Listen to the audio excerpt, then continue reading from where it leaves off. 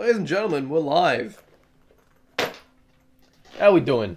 Alright, I have to like get back in the groove of things here. Alright. Make sure you have enough around space. I got all the space. I don't actually. I've hit my mic too many times to even like remember. Alright, squeaky squeak.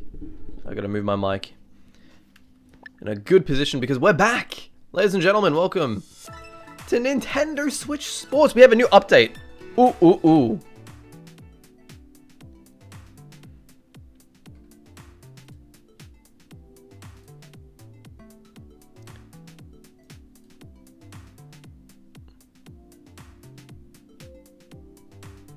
Hold up. Where is the squad?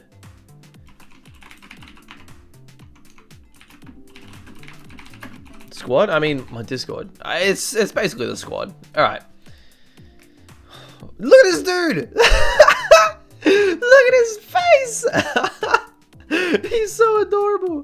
What the hell? Oh, I just want to stare at him. That's so funny. Look at his dumb face. Alright, let's play globally. Let's get on it.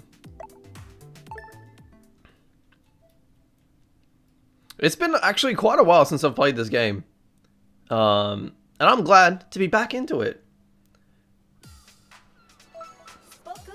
And we've had an update where... Yeah, the new football collection. Okay. I have been playing it a bit off screen. To get like the rest of the collections, like the volleyball collection and the one before that. But now we have the luxury collection and now the football collection. It's really called Messi. That's actually really funny. But now they've also added S rank, which we already have with Chambara, which is pretty cool to see. And then I've also gotten bowling to B+, I've gotten football to C-, and we have new controls as well if you're using the leg strap, which I don't have that on me. And there's also just different ranks for the leg strap mode. So, we have to play double the amount of football, which is mind-boggling, but I feel like I've come to like football quite a bit over time. But now, oh my goodness, my voice is struggling. Now that we have S rank available to us, let's chuck in tennis and see how it goes. Actually, no, not tennis. Chuck in volleyball, because there are some new volleyball moves to try out as well.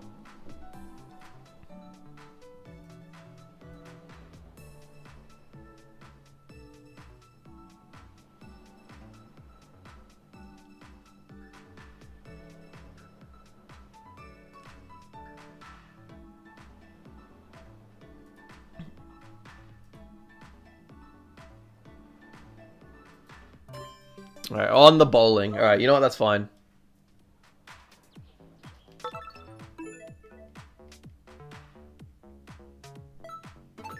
Let's go.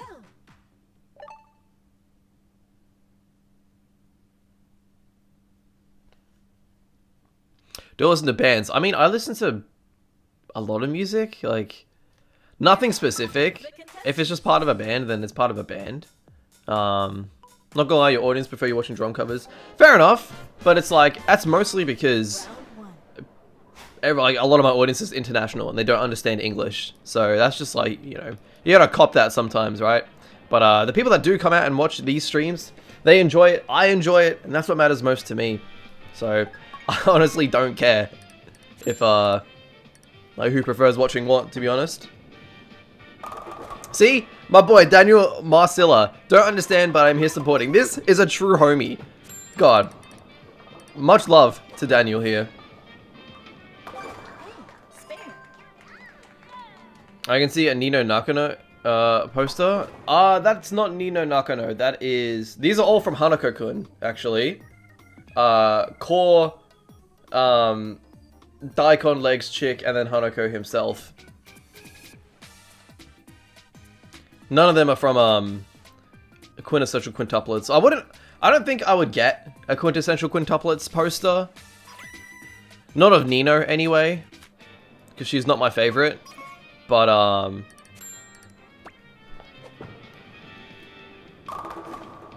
yeah, I think, you know, there's like Actually, what else do I have on there? I have Okami from Okami, or like Amaterasu from Okami, I should say.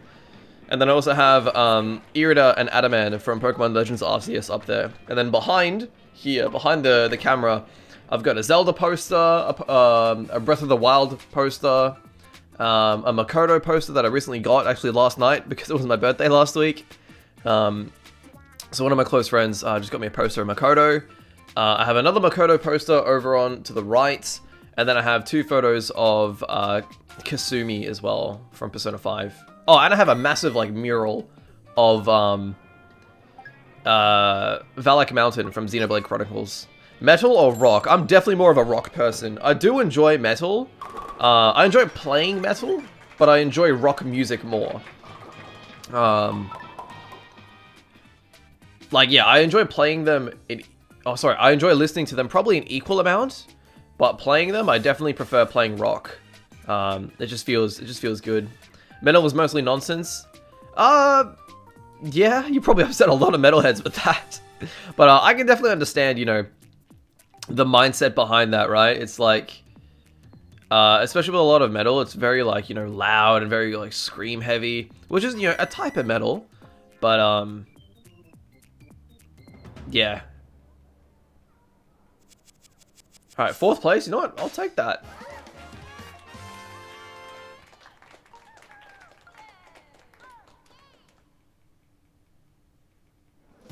Slay, Cannibal Corpse, etc. Yeah. I mean, that's fair enough. Some of it, yeah, it's just like... I forget what it was. There was like one radio station I was listening to. And it was just like this really like weird sounding metal. And it was just like... it was just noise. And I'm like, it's kind of cool. Because it was just like... just metal rhythms. Like no lyrics, no nothing. No like... real like consistent melody. And you know, it sounded good because metal rhythms are like really nice, just like with blast beats and everything. But yeah, it was just odd because it was like distorted as well. It sounded like metal from like the 60s. It was like super distorted.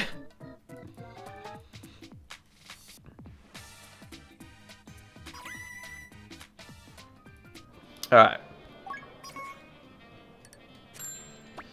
But yeah, no, I'm streaming today, and today is a Friday. Normally I'd be streaming tomorrow or the day after, on a Saturday or Sunday, but I have a very busy weekend planned ahead, so I'm like, I need to stream before that, so I can not miss a week, because I definitely won't be able to stream tomorrow, and I probably won't be able to stream on Sunday.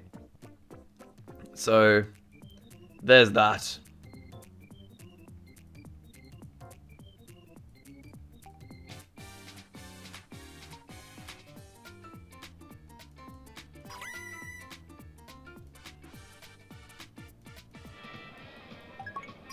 Alright. Oh, that's not a good one. Yeah, that was terrible. Actually, you know what? 8 is fine. I let go of the bowl too early. Oh yeah! Alright. Do we killing it? Look at these scores! 127 to 117. We are racing ahead. And we have the spare for the +10 next one. As we figured out last stream, just the mathematics behind scoring and bowling. It's crazy. Have I wanted to play guitar before? Yeah, definitely. I mean, I've always wanted to try like plenty of different instruments. But yeah, guitar's been one of those things where it's like I'll pick it up and I'll want to play, and then I just get frustrated because I don't know anything. I remember in high school, in music class, I tried to pick up the guitar a few times, and I could play some really basic stuff that I probably can't even play nowadays anymore. But just sort of understanding how it works. It would be cool to pick up guitar. Definitely. Especially because the guitar is a lot more of a mainstream instrument. Like, drums are awesome, don't get me wrong. I absolutely adore drums. Nothing's better than drums to me. I love it. But, the fact that, like, you know, drums are all rhythmic, as opposed to, like, melodic. Especially when, you know, I first played piano, which was, like, the king of melody. You can play anything on a piano, and people will understand it. And then I played clarinet, which is also a very like melody-based instrument. But then when you go to drums, like there's no melody there, right? It's like if I play the drums and someone's like, oh, but you know, play that popular song that everyone's talking about. It's like, okay, like guts, like a million other songs use that beat. So like it's a bit of a shame in that sense, where I can't really like perform a song without like a backing track per se. But yeah, that's more just like, it's more like a, I guess like, yeah, drumming isn't really like a party trick where you can just like pull it out and people will be impressed, or like people can request for you to play something. It's very much a like an actual performance thing. So piano is a very versatile instrument. Yeah, exactly. Very versatile. Yo, what's up, Mr. Gibby? How you doing? Trying to get bass is better than guitar for me. Okay, yeah. I mean, that's fair enough. Yeah, I know a few bassists and they love the bass compared to just a standard guitar. Yeah, like a standard electric or acoustic. Trying to get a Fender Telecaster, Planet Waves cables, and a Boss Katana 50 amp. Ooh, nice. I heard a lot about Fender, so it must be good, right? I don't know that much about drum brands and like amps and things, but what's up, Mikhail? How you doing? Welcome on into the stream, my guy. I'm wanting to learn drums. I main alto saxophone. Oh, really? That's awesome. I know my dad actually picked up a tenor saxophone a few years back, and was really keen on playing it, but then yeah, had some life stuff get in the way, and then he hasn't played it for a while. But I think he did actually pick it up a few weeks ago for the first time in a long time, which is you know, great to see, because I guess it's very interesting, because I guess I was the innovator in my family, because my family had never had any history of music whatsoever. But then, you know, I come and play the piano and the clarinet and the drums, and then like, because I have an older brother, and you know, he was never musically inclined or really interested at all, but it was me that was interested in music.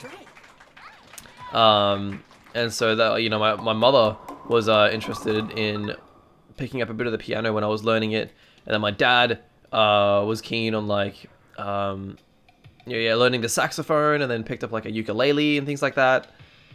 Yeah, it was just kind of odd. Like my family has no history of musicians, like at all. Apparently my mother's grandfather was like a conductor in an orchestra, but I think that's about as far as it goes. Like none of my cousins, none of my uncles or aunts play an instrument. Yeah, it's pretty crazy. Like how just out of nowhere, you know, people are so different. But hey, we won! First place! Just like that. I wasn't even trying, man. I was just like using it as the background noise, and we're so close to the A rank. Wait, is there an A+ rank then? Or is it like, I don't know. I don't know if there's an A+ rank, or if there's just like A straight to S. I don't know. How long have I been playing drums for? Oh, jeez. I just spat everywhere. I've been playing drums, how long has it been now? Like, just under 7 years, I want to say? Yeah, just under 7 years. Which is crazy to think. It has not felt like that long. But, yeah. I started back in September of 2015, and it is now, end of July, 2022. So, pretty crazy that time has just flown all of a sudden. And I'm now have like almost 7 years of drumming under my belt. So, when would you say you got relatively good at it, like being able to nail drum covers and such? Well, I made the channel a year after I started drumming, and I was able to do drum covers then, and I thought I was pretty okay at it. I started being like super proud of my drum covers. Like, oh, not super proud, sorry. I started being very satisfied with my technique in my drum covers around about 2.5 years in, I want to say. 2.5 years in, I started to become very satisfied with how I was playing the drums. Or maybe, I can't remember if it was I think it would have been 2 years, or maybe it was a 1.5 years actually. No, it was definitely, oh, crap, I can't remember, actually.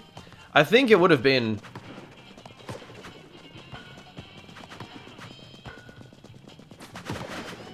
have to pay attention. Okay, sick.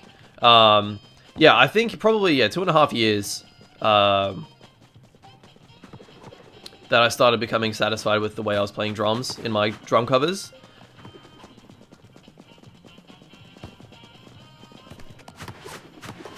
Bro, are you serious? He's just mashing his foot. Alright. A few years ago, I stopped taking drum lessons, and I spent 2 years watching your videos and played drums again. It was as if I suddenly knew all the rhythms. Oh, well, yeah, I mean, look, that's kind of how I learned, to be honest. It's like, because since I was self-taught, I learned from, like, watching drum covers. And just also just, you know, watching, like, YouTube tutorials and things like that. Because I was, like, being able to, like, visualize it instead of just, like, play it was also just really good for me. And drums are similar to other instruments with, like, the scales and, like, the keys that you play in. Drums utilize the same rhythms for a lot of songs. So, like, yeah, when drums utilize the same rhythms for, like, all the songs, it makes sense, and it's much easier to play because, like, that's just how it is, really. Like, when you have multiple songs using the same rhythms, you just play it so much that, like, you get good at it, you get used to it.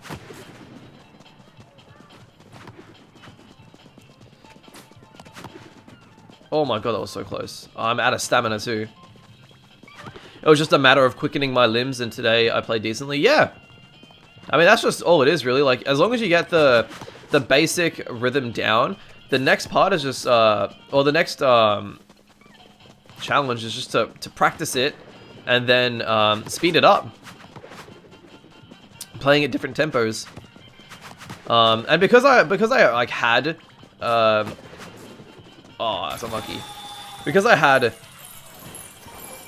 experience in music from playing the clarinet and piano, I was already quite, you know, rhythmically adept. Like, I understood music, I understood timing and rhythm and things like that. So picking up the drums was a lot easier than, you know, some other people might experience. Especially if they have if drums are like their first instrument.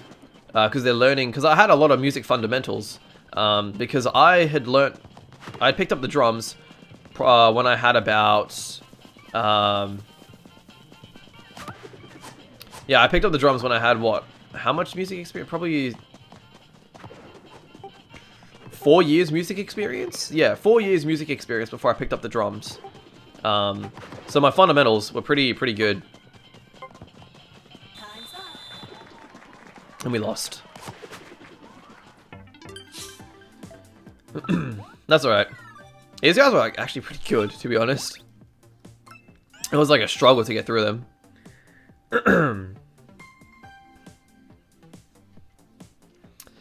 That's awesome. I'm trying to pick up an electronic kit in a few months. I love saxophone, but personally I've always wanted to play drums. Yeah, I mean, it's great. I mean, as long as you even if you like play just, even if you learn just like basic, super basic rhythms, it can carry you a long way, to be honest.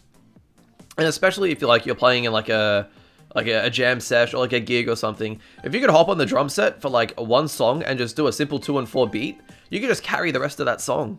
It's just really good. Like, the drums are definitely super accessible. Ooh, luxury earrings? Ooh, okay. That's potentially something for later. Yeah, I'm assuming it would be easier since I am pretty advanced in saxophone. I've been playing sax for like 8 years. Yeah, exactly, right? So you have some of those transferable fundamentals, those transferable skills after playing for so long on a different instrument or just playing music in general. But what's up, BL Apex? I love Brazil, bro. Brazil loves you, bro. Thank you so much for the kind words. I do appreciate it. What's up, Gilbert? How you doing? Welcome on into the stream, my guy. Hope you're having a wonderful day.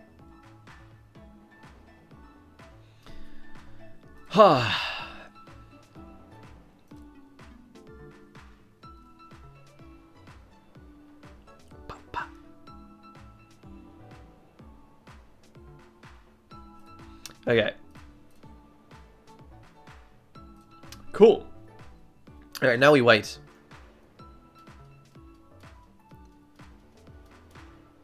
Thought about doing some more Nintendo OST covers. Some Mario, Jazz, and rock covers would smack. Oh, true.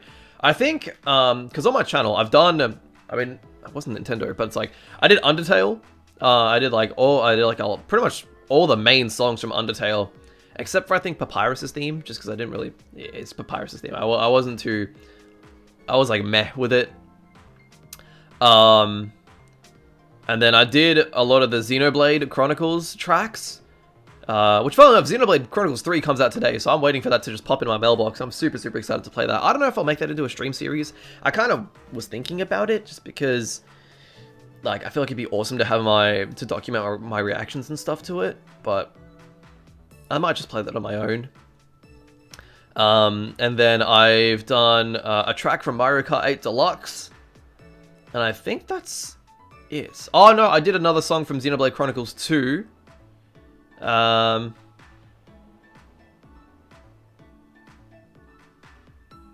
I think that's it. I wonder, hang on, let me check my channel actually. I don't think I have a video game covers playlist, but I think I have, it'll be in my other covers playlist or something.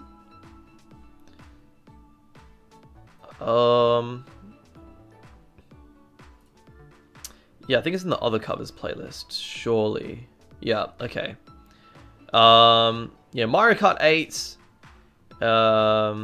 like the Big Blue theme, or the track from Mario Kart 8 Deluxe. Then I have Megalovania, yeah, so Undertale, Xenoblade, oh yeah, Persona 5, Life Will Change and Blooming Villain. I wanted to do more of that, Owl Light as well. And then Xenoblade Chronicles 2 as well. So I've done a little bit. There is one song, there's like a few songs from Smash Bros. That I wanted to cover as well. Some of them are really, really good. Mario Kart 8 has such a banging OST. Oh, it's so good. Ooh, hang on, okay. Here we go. So how do we do the new side? The side trick.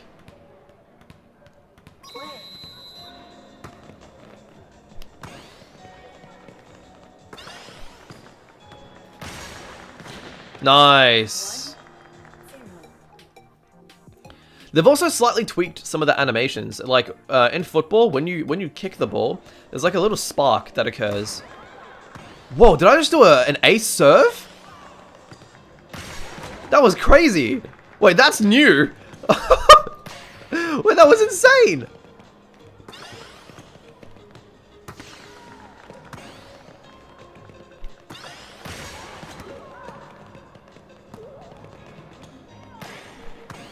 Okay, and I think they also stopped auto-aiming as well. Because if I... Wait, do they stop auto-aiming? Yeah, I think they stopped auto-aiming. Slide attack. Like, what does that mean? I don't know what slide attack means.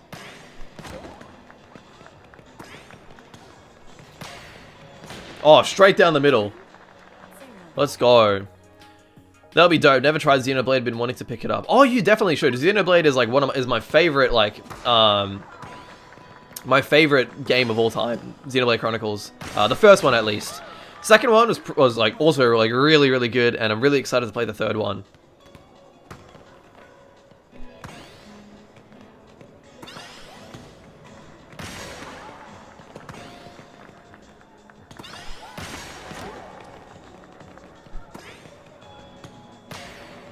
Nice, good shot. The new tracks for Wave 2 come out next week. Oh yeah, so I don't actually own Mario Kart Deluxe, Mario Kart 8 Deluxe. But when they announced like the DLC like booster course, I was like very much tempted to get it because damn it, I'm not paying attention. I was very tempted to get it because it's like now it actually makes like getting Mario Kart 8 Deluxe actually feels like it's worth it now because of this booster course or this booster pack. But yeah, some of the tracks look really nice. Unfortunately, I'm from Melbourne in Victoria, which is like, you know, one of like the best cities like in the world, as they say, like one of those livable cities in the world. But because for whatever reason, you know, Sydney, Australia, always just like overshadows everything else in Australia, which is sad. Because like, I mean, Melbourne is like better than Sydney, right? But Sydney always gets like, Melbourne always gets shafted over Sydney because like they have the opera house and everything, and everyone, you know, it's such a big tourist attraction. But it's Melbourne, man. My city is like so much better than Sydney.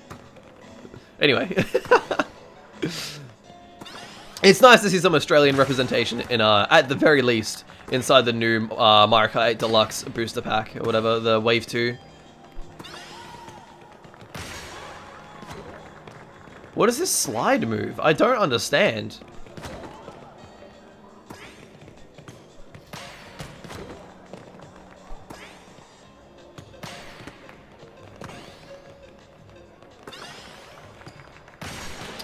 What? Yeah, the tour tracks are also really cool. I'm from New York, so I'm also getting a track in the game now. Oh, that's awesome.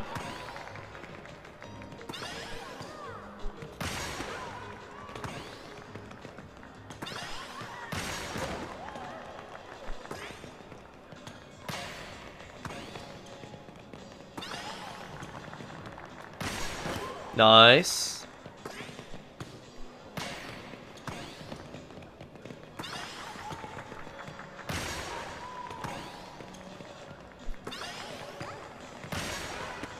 Yes, let's go. All right, we need one more.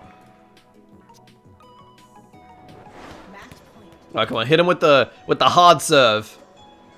Yes, let's go. Okay, he hit it anyway. Oh no! No, it was blocked out. No. How is the ranked on Switch Sports? It's fun. Like, this is what, episode 9 of just streaming this game, because I have so much fun playing this. Like, I didn't think this would be so much fun, but it is. It's so good. Would you do covers of the Toru series openings? Ignoring the issue of copyright, which of all would you do with more desire? I think I did one of the Toru Majutsu Accelerator openings. Just because that was like a seasonal one at the time. But I'm not sure. Because I haven't really paid much attention to the Toru series.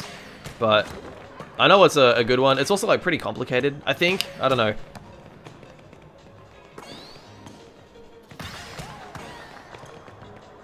Here you go. Purple, purple. Oh, that's game. Yes, let's go. Oh, yes. That's how we do it. All right.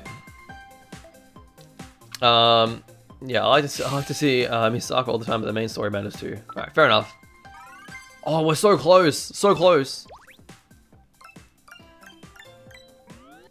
Thought about doing some Naruto covers you haven't already. There was one song, Yuda Yuda, which that was like a classic that I wanted to do.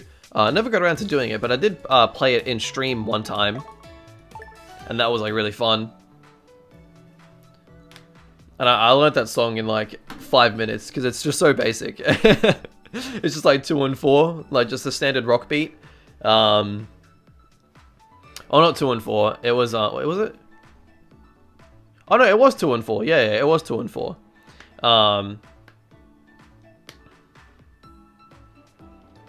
Yeah, it was just so good. It's just like the melody is like just completely outclasses how basic the drum track is. 'Cause it literally is just 2 and 4.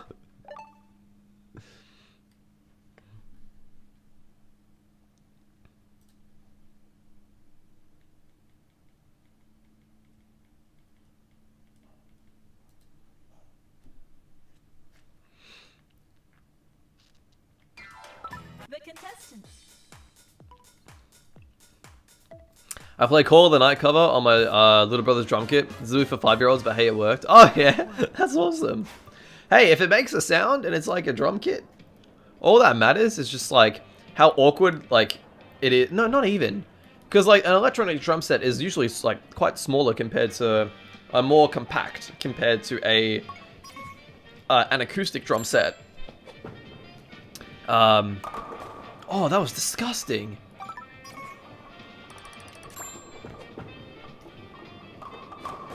Oh, I didn't even get the spare. This is a write-off already. Yeah, but look, even if it's like a really small drum set, and even if it has like even if it's like a toy drum set, it'll still work, right? Because it's a drum set. You like hit stuff and it makes a sound. So, hey, as long as it works, it works. I want to play the game, but not in Japanese. Yeah, I mean, I'm playing the game in English. There's just a lot of Japanese players. Man, okay, I am not playing well today. No, I am playing well. I played well in the previous bowling, but this round is just not it. Not it at all.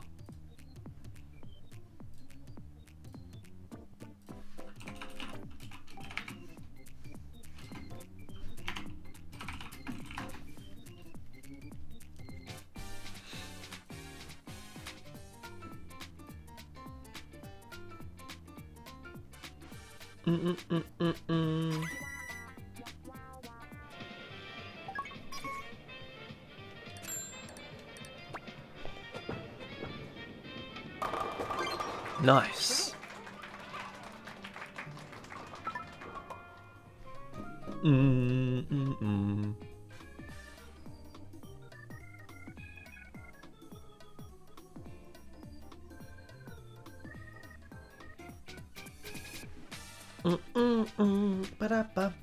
Alright. Whoop.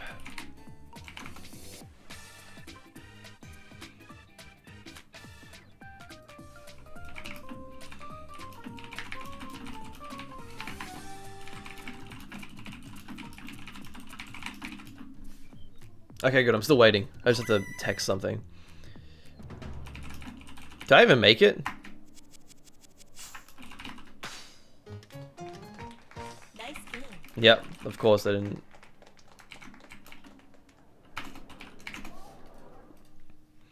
Alright. Get me out of here.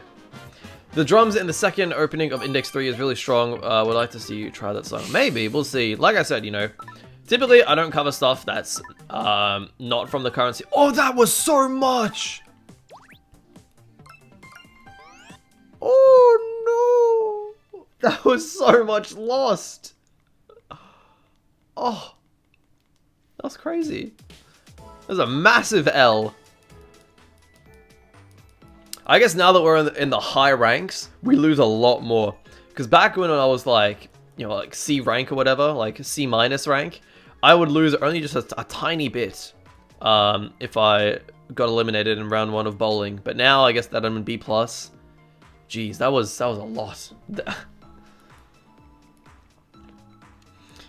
I mean, I guess that's to be expected.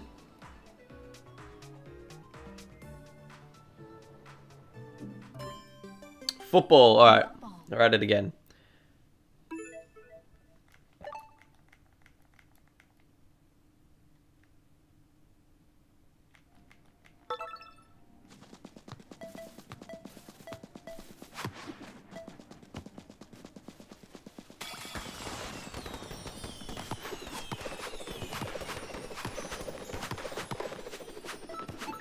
Let's go. Alright.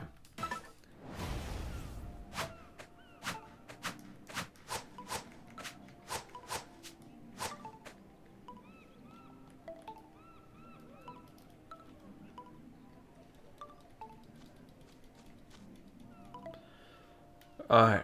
2, 1.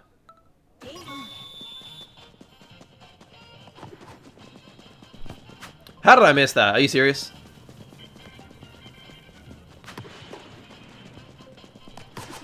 How did I miss that too?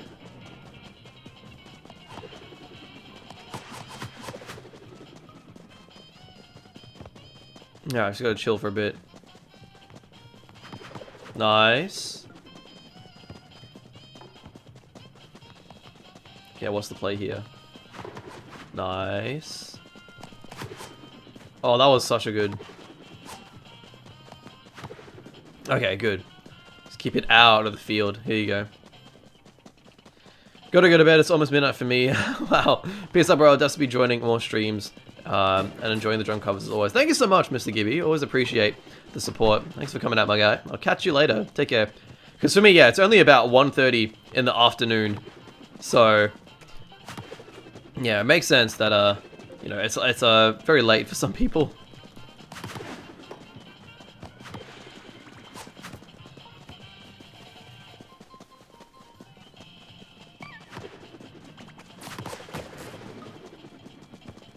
Oh, chance. Chance. Chance. Oh my god. Ugh! No, what the f— Oh, man. My aim is terrible.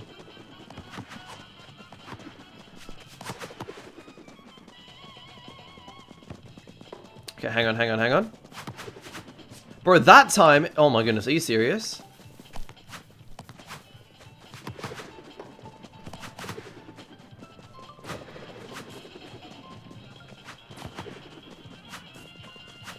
That's so sad.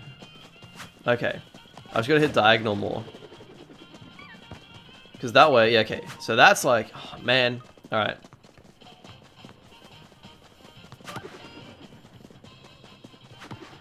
Nice, okay. And I have all my stamina back, which is great.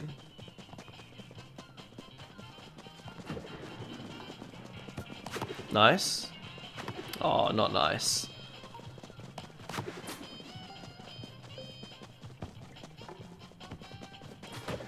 I was expecting something similar to a moist critical voice from me. I mean, I guess I appreciate the compliment in a way. I don't know. The facial hair threw me off. There we go. Yo, the goal from the giant queen. Look at her go. Alright. Was expecting something similar to a moist critical voice from you. Do you mean like in terms of my accent? Because I'm definitely quite Australian, but I think I have a relatively— I mean, I don't know. He's got that like that New York accent, and it's like kind of like a bit deep as well. But I think I've got a generally okay sounding voice in terms of like tone or pitch. On the yeah, right, the facial hair threw you off because of moist critical. Yeah, pitch of the voice. Yeah. I don't know, he's got a very unique pitch, I want to say. Yeah, like— I'm trying to think. I don't think— yeah, I don't know. I don't know. I don't know how to describe his pitch. It's like— it's a very unique way of speaking in general. Yeah, exactly. You know what, honestly, he kind of sounds like— there's another YouTuber that I watch called Philion. And Moist Critical actually sounds a bit like him there. I mean, they're both New Yorkers, so— yeah, do with that what you will. Volleyball? 4 people? Volleyball? Oh, alright. Back in the volleyball. Okay, I think what? We need one more? Philion? Philion. Like Philion.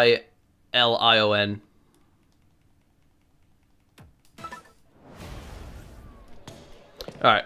We're with the gamer, the fresh produce gamer. Against Erica and ATZ. We just need to win this, and I think we might be able to get S rank off of this. And that would be great.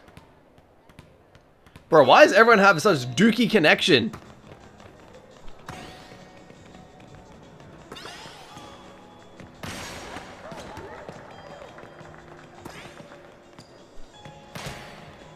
Nice, good block. Let's go.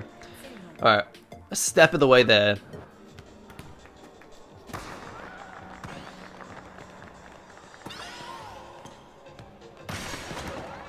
Yeah, we save those.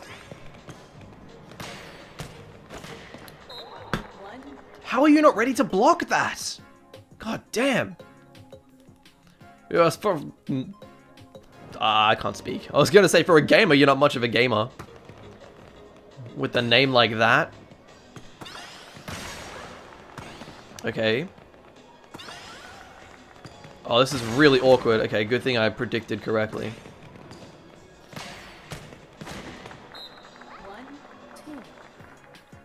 You're killing me out here, gamer.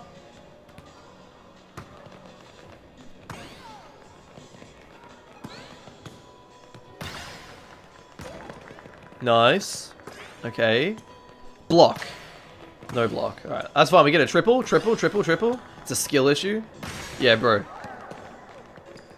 Just take off the gamer tag. You're not a gamer. What was that? You almost... How did you miss the set?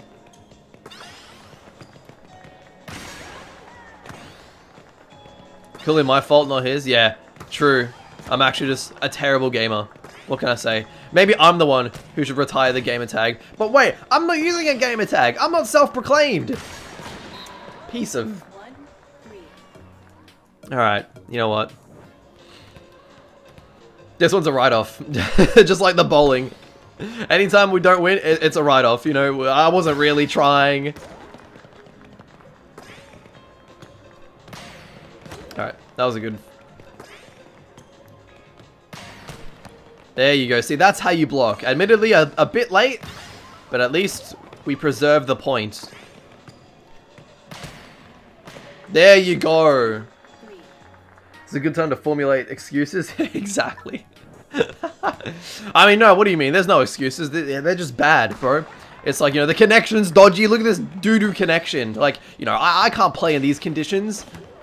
My teammate's trash, can't even bump the ball correctly. See, I can block correctly, or counter bump. Okay, on, go over there. There you go, blocked out. That's how we do it. This is how we make the comeback. I'm literally carrying this team on my back. Game, I probably can't see squat in those glasses of theirs. Okay, good serve. Hang on, hang on. Okay, the smack talk's getting to the gamer. 3, 4. Even like...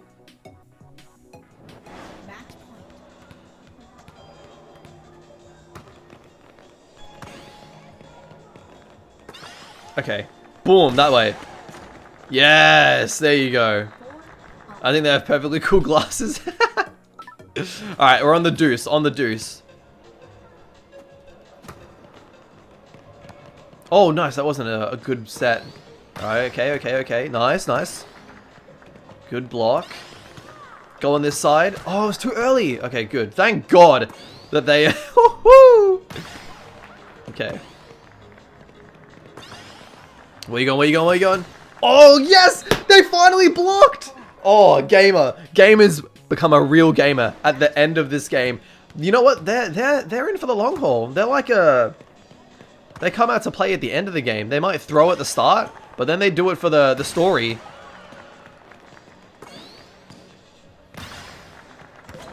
Okay. Now. Okay, no, that's fine. Yes, we get a triple off of it. The triple? The triple? Oh, okay. Oh, thank God I got that. Admittedly, a bit early, that's fine. Go this side. You're not going to block it? Okay. Oh, yes, they can't get a triple off of this. This is massive. Massive. Oh, how did I not block that? Are you serious? Needlessly showing off? Nah, it's fine. There we go. That's how we do it. The gamer pulled through in the end. Don't think you need to intercept that other spike. It was out. So what's interesting is that there are like... This volleyball rarely, like very rarely, have points that get hit out. Like, very, very rarely. Wait, they even have a tattoo over their eye. No wonder they're doing trash. Yeah, very rarely do volleyball... it's the same in, like... I mean, I think... Yeah, volleyball and badminton are both sports in this game where you never get... Like, you rarely never get outs. The only time you get an out is if you actually manage to hit the ball around the net, and that'll be just considered out. And then in in badminton, if you hit it too hard when you're close to the net, you'll actually hit it over and out on the other side behind the back. But yeah, so it's mostly programmed to not hit out, but there are some freak instances where you can hit it out. Wait, it's A29? What rank is 30 then? Oh, what rank is 30? What rank is S then? But tennis is still, you know, hitting the ball out in tennis is such a crucial part of that game. So it makes sense. Wait, what's the... Is it 30, I guess?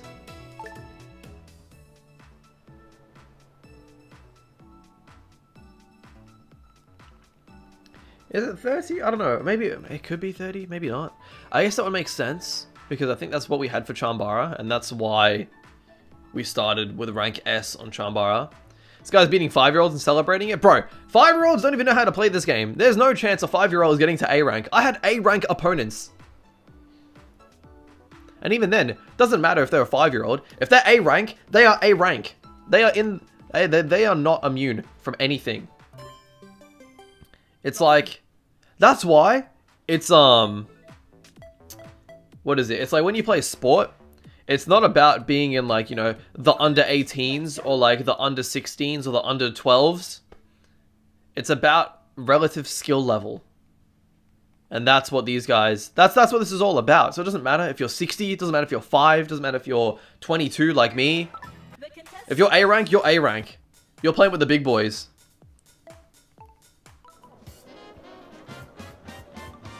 In this case, I'm only B+, so I'm not a big boy yet. Not yet.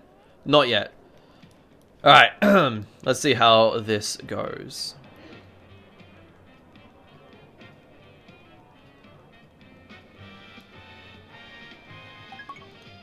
Oh my god, it's the... Bro, I hate this. I hate this so much. The obstacle. But F them kids. Hey, technically it didn't swear. Oh, that's gonna hit the... Okay, it was moving... Hear me out, hear me out. It was moving a lot faster, a lot slower than I thought it was. That's what I wanted. Would have been a strike, but hey, we make do with it. We make do with it. Coping hard, bro. I promise you, it was sliding, and I'm like, oh yeah, perfect. But then like I got scared because the flipper was like going in, and then I'm like, oh, I just gotta release the ball, and then I'm like, no, I didn't want to release it that early because it would have been a strike. It would have been a strike. Literally got 10 in the one stroke. Mate, there is no way.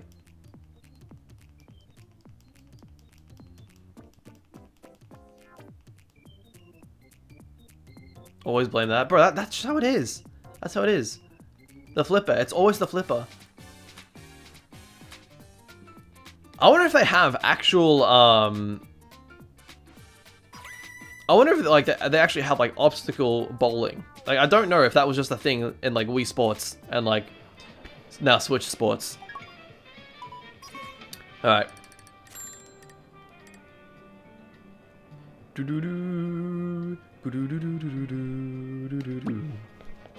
What's up, Sally? Welcome on into the stream. Hope you're having a wonderful day. That was terrible. I should have angled it a bit better.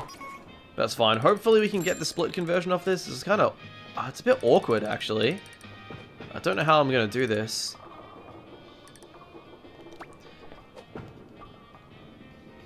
Yeah, unlucky. Maybe I could have gotten it from the same angle, actually, but... What's up, Dark L? Welcome on into the stream, my guy. Hope you're having a wonderful day. Got a nice stream overlay, by the way. Thank you, thank you. I had this actually made by one of my close friends. Yeah, or at least I had them make, like, the background, and then I just did everything else. Like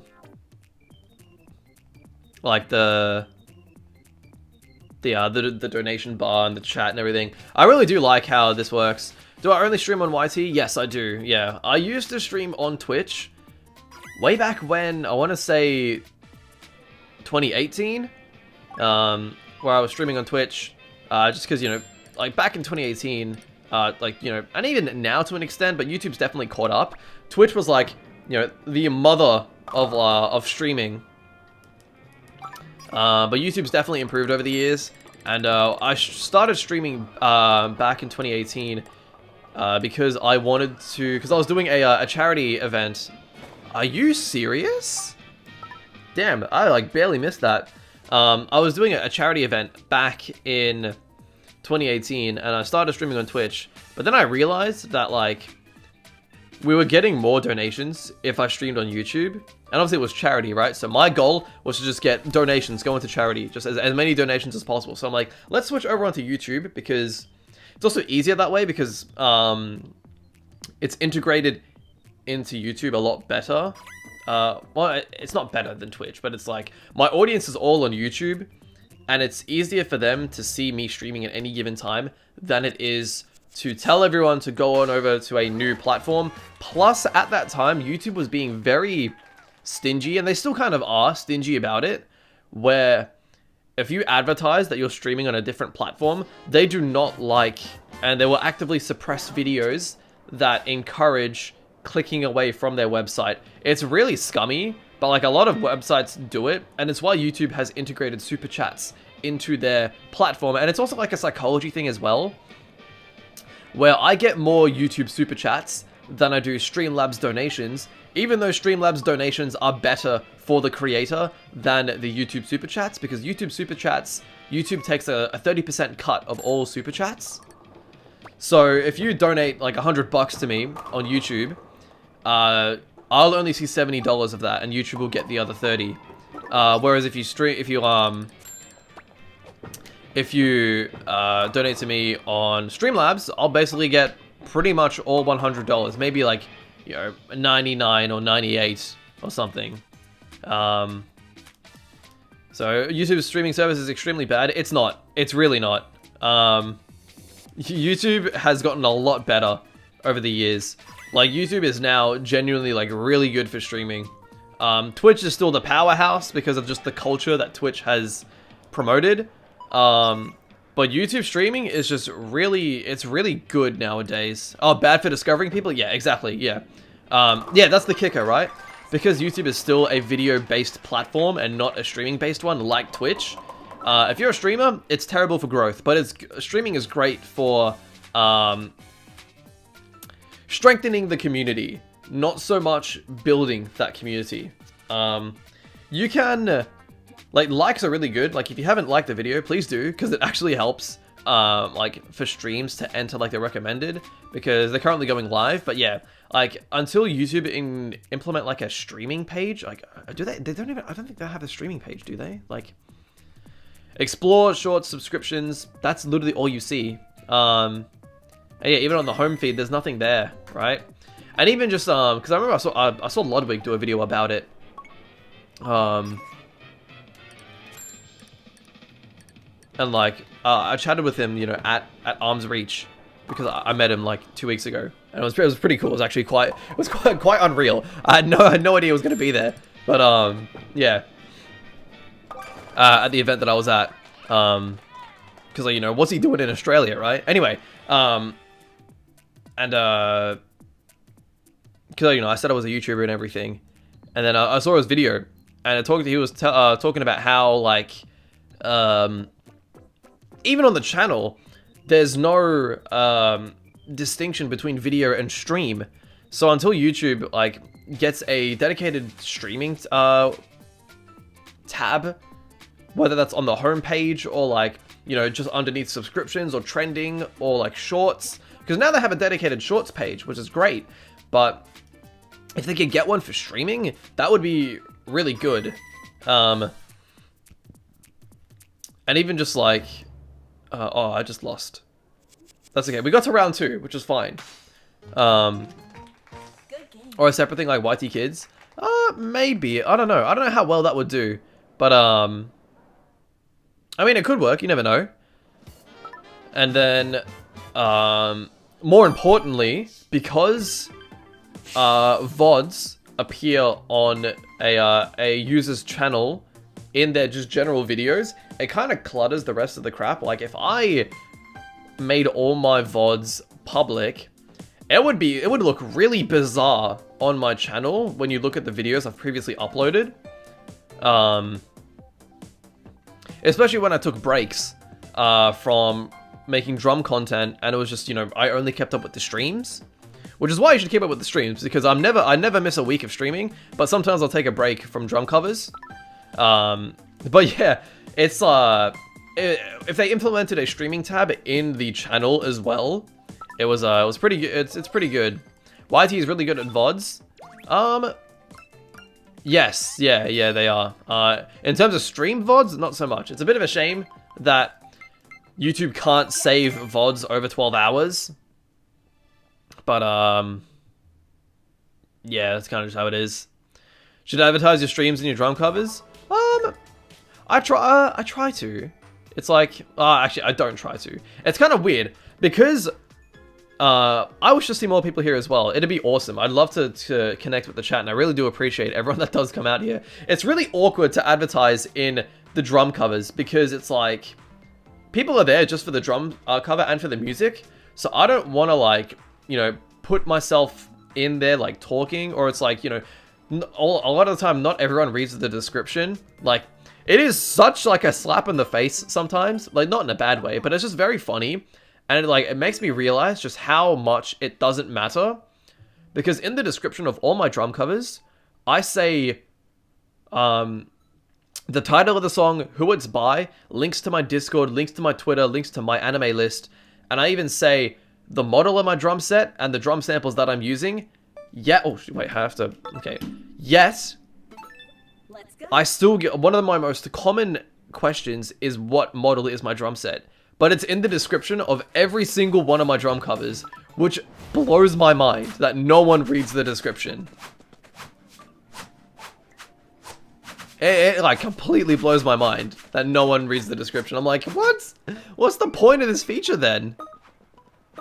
So like obviously, at the end of my videos, I do advertise, or at least, I put in a link to my Twitter, or I drop my Twitter link and my Discord link as well as, subscribe to the channel and check out like my most recent or like a relative or a related video as well in the end slate. But there's only so much space there, right? So I don't know, yeah, I don't know, maybe I could change it and be like, I stream every weekend or something like that. But I don't know, it's weird, it's really weird. It's not a bad feature, but nobody looks at it because people are lazy. Yeah, I think it's also just like a thing with the times. I feel like people definitely like paid attention to the description like 5-10 years ago. But because everyone just has short attention spans now, or just like don't like, the description is sort of like actively suppressed, I want to say. People, don't care about it. Like there's not a culture of reading the description anymore. Because like, there used to be like a massive culture of like, annotations and everything back when that was a thing in YouTube. And now obviously those are all gone.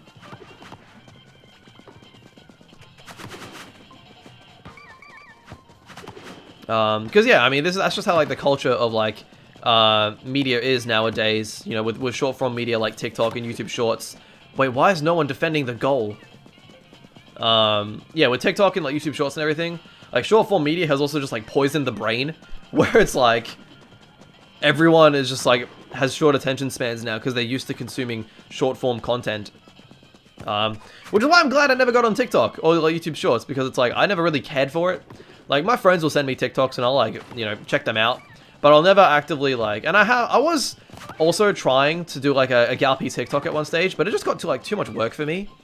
Also because I wasn't passionate about the platform. And when you're forcing me to do work on something I don't care about, I just lose interest. And it felt like a chore to like make TikTok content. So it's like, you know what? I don't care. I'm just going to cop the L on this because I don't care about TikTok. I genuinely don't. So yeah, I never had TikTok installed. And when I did, it was only, to post gall.P content in an attempt to try and diversify. And, I saw some, like, very limited success, but it was very interesting. I made a community post about it, and people were very vehemently against TikTok. It's very funny. I was like, I'm glad that I'm not the only one that like, just doesn't like TikTok. But, I don't know. It's a bit weird. So...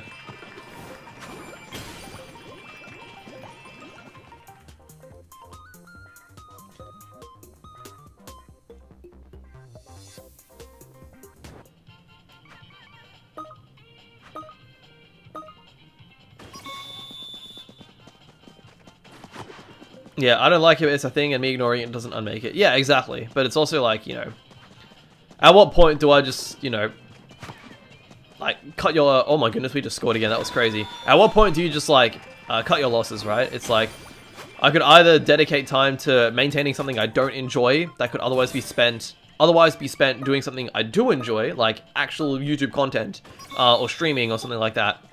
And, obviously, TikTok, you don't just see instant success, even if I'm coming off, like, a pretty decent channel size like mine. But, yeah.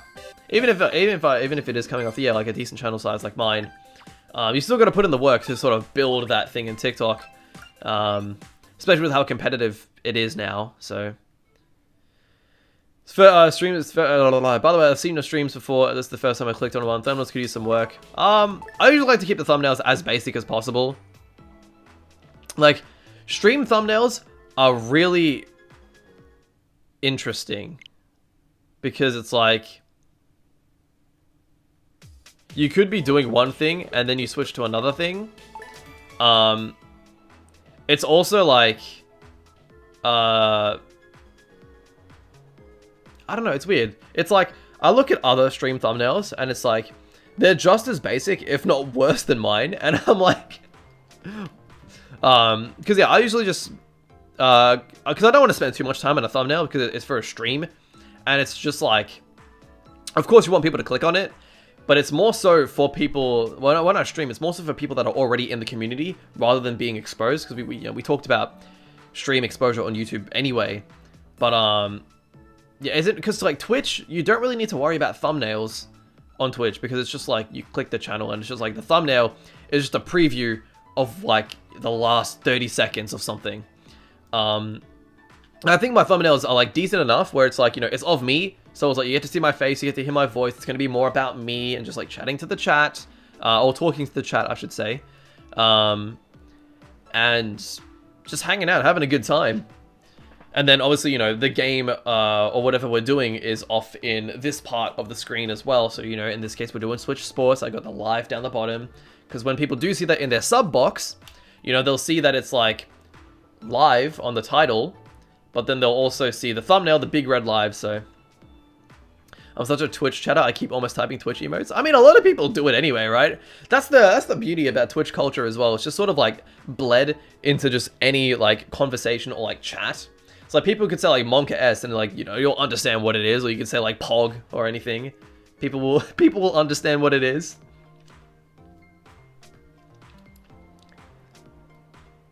Exactly. Or they'll be like Monka W or something, even though like it doesn't make sense. Like with the W emotes. Do I watch any streamers? Not particularly. It's like some of the streamers, I mean, I watch Ludwig, but I don't watch his streams. I'm also watch his YouTube. Like there are a lot of streamers where I'll watch, they'll make a video after the stream that is based on like the highlights of the stream, which is a really good formula, which I think is what Ludwig popularized. But yeah, it's like, you know, they'll do a stream and then they'll make like anywhere from a 30 to like a 1 hour video about that stream. Cause especially, you know, being in Australia, I rarely wake up early enough to watch American streamers or even UK streamers for that matter. Because a lot of the US streamers stream when it's like 7, 8 a.m. where I am.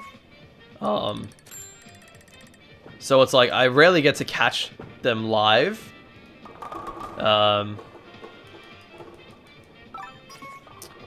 Which is just how it is sometimes, unfortunately, but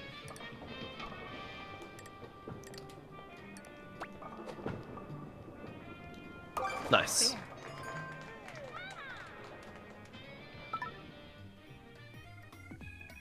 I'm in the US, but I have Filipino friends, and it's a 13-hour difference. Yeah, exactly, right? You know, I have some US friends as well, and for us, it's like, I mean, they're living in the day before, but effectively, they're like 9 hours ahead for me.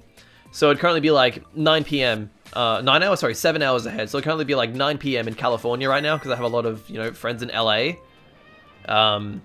Which isn't terrible, actually. It's pretty decent. And they do stay up quite late, so that kind of helps me as well. Alright, I don't know how to do this one, so let's just like... That wasn't bad.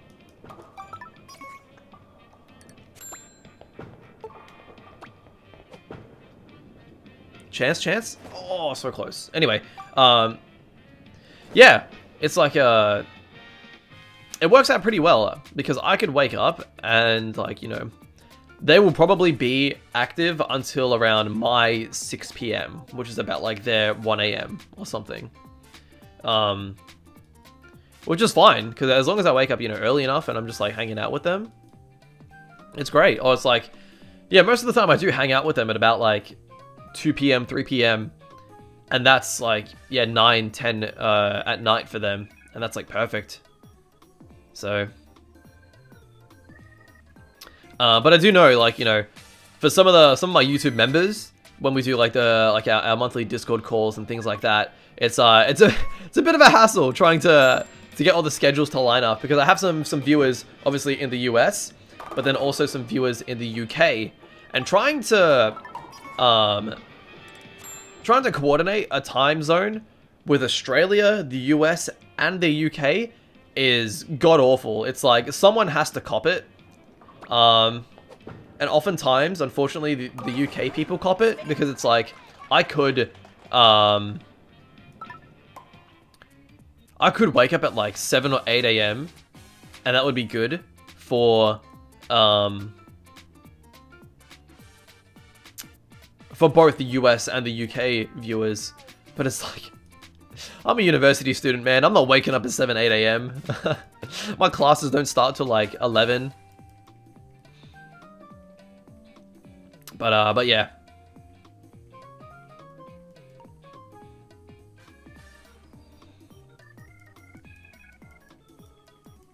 Like, the earliest I'll get up at is maybe like 8:30, 9 o'clock. Or actually, I think I'll start having to get up at like 8 starting next week. So, hey, maybe the schedule will come in handy at some stage. But, yeah.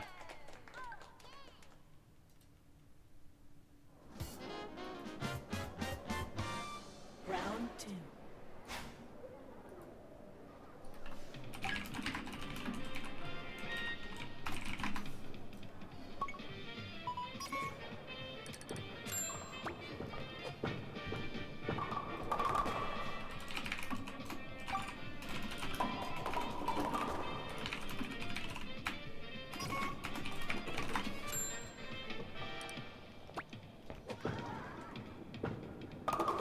Nice, alright, I got that.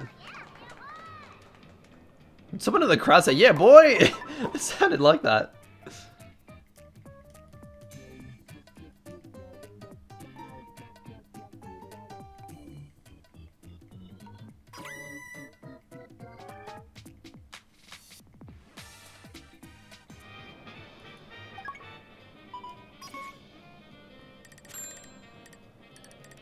Alright, so this one. We got to... We people noises are cracked. Yeah, exactly, right? Oh, damn it. Okay, I needed to hit it out a little more. Alright, let's go on this angle then. I don't know why I was trying to do the elbow breaker, but I could have just gone this way and it just made it much easier for myself. There you go. Alright, that's fine. 7 pins, I'll cop that. That was a throw. It's fine. It's fine. Maybe, actually. I don't know. We might actually end up underneath.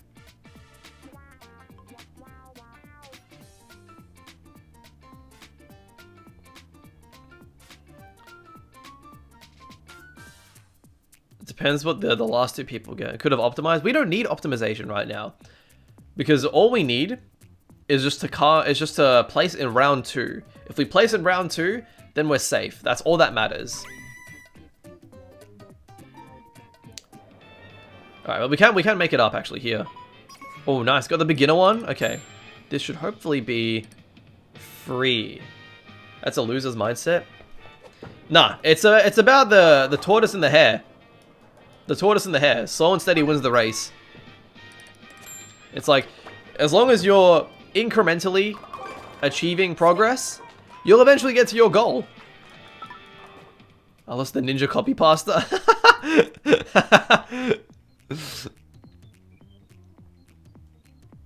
That's great. Alright. Now, is Davey on a spare or not? Because I could get 72. 71. Okay. Okay, chance. And Tara's got a gutter ball somehow, so they could probably get 6, right? Oh, Alice is not getting anything. Alright, nice, nice, nice. We could potentially make it into round 3. Oh, yo, we've done it! Let's go! We made it to round 3. Alright, that's some good XP.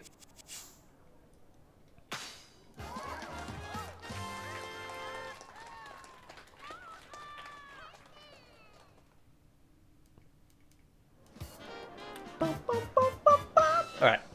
Semi-finals. Top 3 out of 6 will advance. Not if everyone gets top 3. Okay. What? That was crazy. Okay. I thought for sure that it'd be like an explosion. That was weird. Maybe it's just the slight angle that I sent it at. Or lack thereof, rather, I think.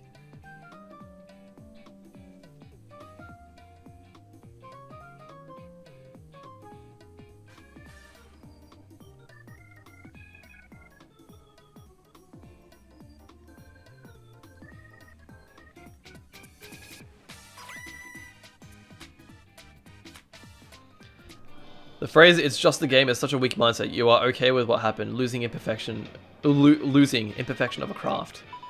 Well, there you go. When you stop getting angry after losing, you've lost twice. There is always something to learn, always room for improvement, never settle. Well, there you go. Good thing ninjas cringe, hey? No, I'm cringe! Oh my god, did you see how close that was? I'd wobble. Dude, it like brushed, it tickled the pin. That's so funny. Literally tickled it. I don't think I would be still, I don't think, would I have? I don't think so.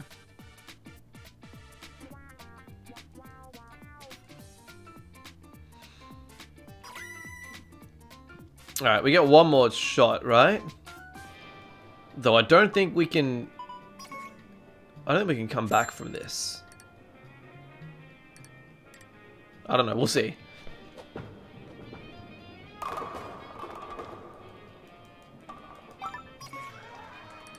Yeah, we ain't coming back from this. That's all good though. Semi-finals? That's good. That is very good. It sets us up nicely.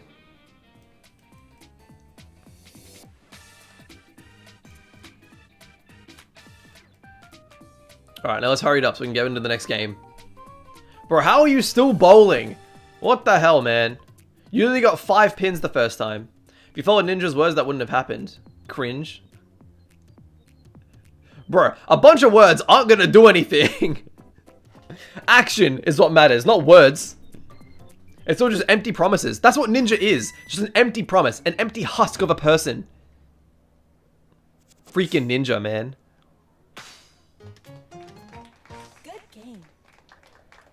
Imperfection, that's what his newest logo is. Looks like trash. I don't know why he rebranded it. It looks like dog water. Like, what's it? Well, there was like a hold on, Ninja logo. What's the new, like, it looks like trash. It's like,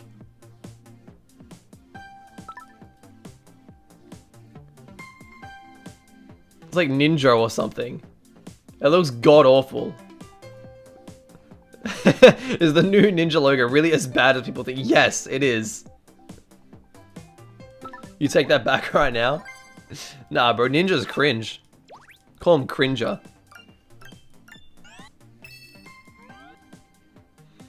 He does make a lot of money though. Bro, money can't buy you squat in this world. Money's all fake. You don't need money anymore. Have you seen this economy? It's all fake. Wake up. Money is fake.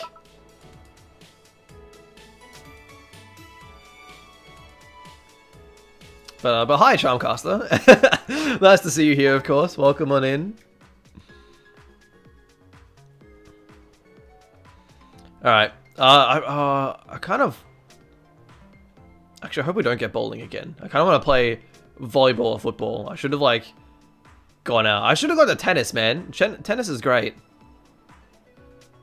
I never get sick of playing like badminton or tennis in this. Actually, no. I sometimes get sick of badminton, but I never get sick of playing tennis in this game. It's just so much fun. But I might be biased because like I've played tennis for like 7 or 8 years. It's so much fun. Volleyball is the best. Volleyball is also really, really fun. But you just get annoyed at your teammate, man. It's like, oh.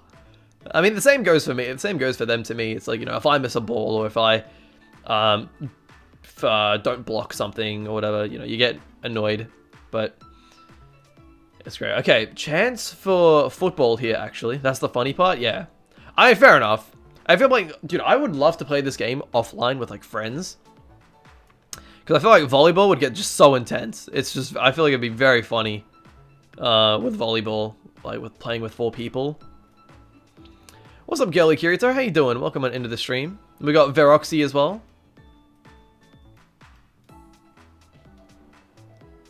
Oh, okay, it's bowling. Alright. Bowling it is. What other games do I play? I'll play a lot of Super Smash Bros. I'll be playing a lot of Xenoblade 3 now that that's come out. And then, what else? I was trying to play a bit of Multiverses, but for whatever reason the game won't boot on my computer. I'm really sad about it. It's like I have the early beta, but like it just won't load. I just keep getting an error. It's like can't boot game. So that was sad. What is this bug, bro? Get off my... Alright, give me 2 secs.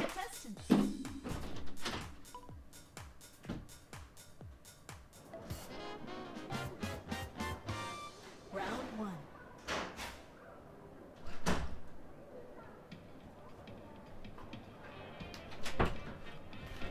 Australian bugs? No, it was a very tiny one.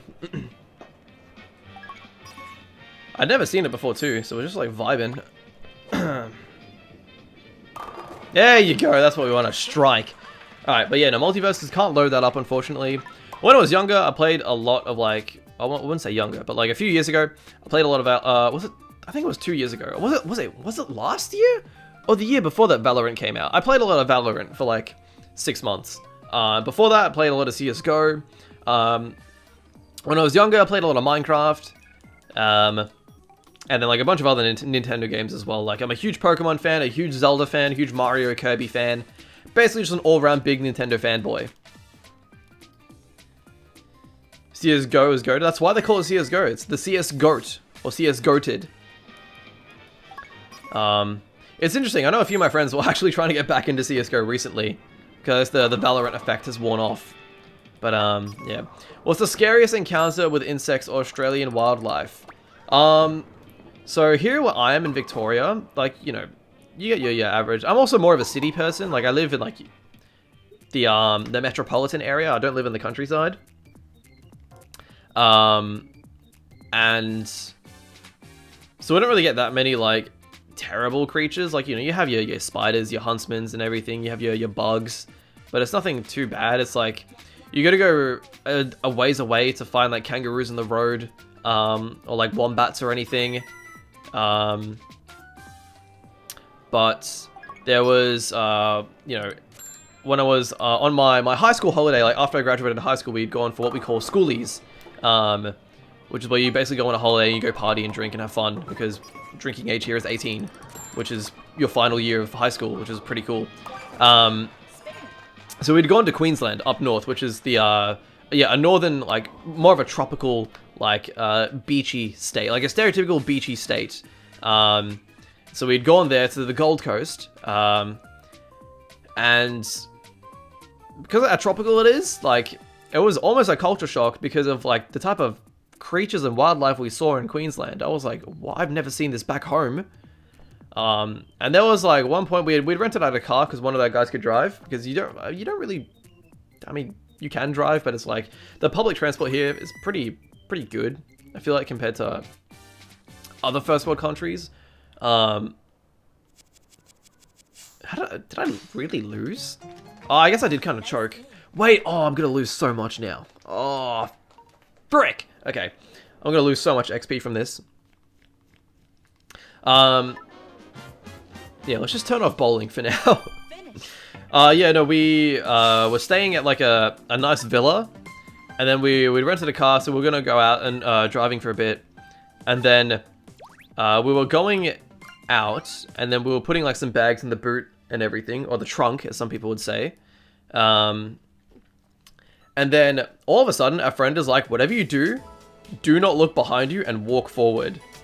And so we're like, okay, so we walk forward and then we turn around and there is this like, this massive, and I'm talking massive, like gold and black spider that's like this big, like bigger than my hand. Like my face is like this, yeah. Like, it's like this big. And we freak out. We like get in the car, we drive off, we come back after like our after what we were doing. We have like 4 cans of bug spray. We obliterate that thing.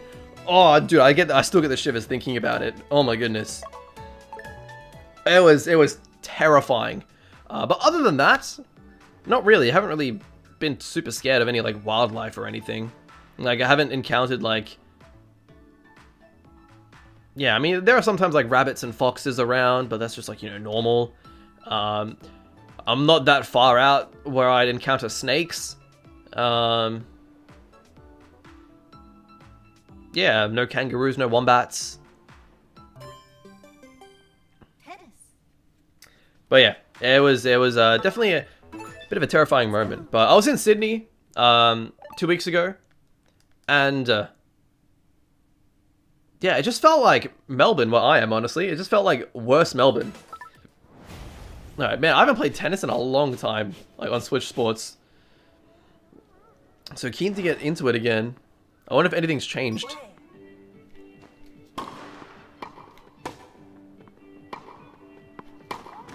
Wait, really? I thought I hit that early enough. That's fine.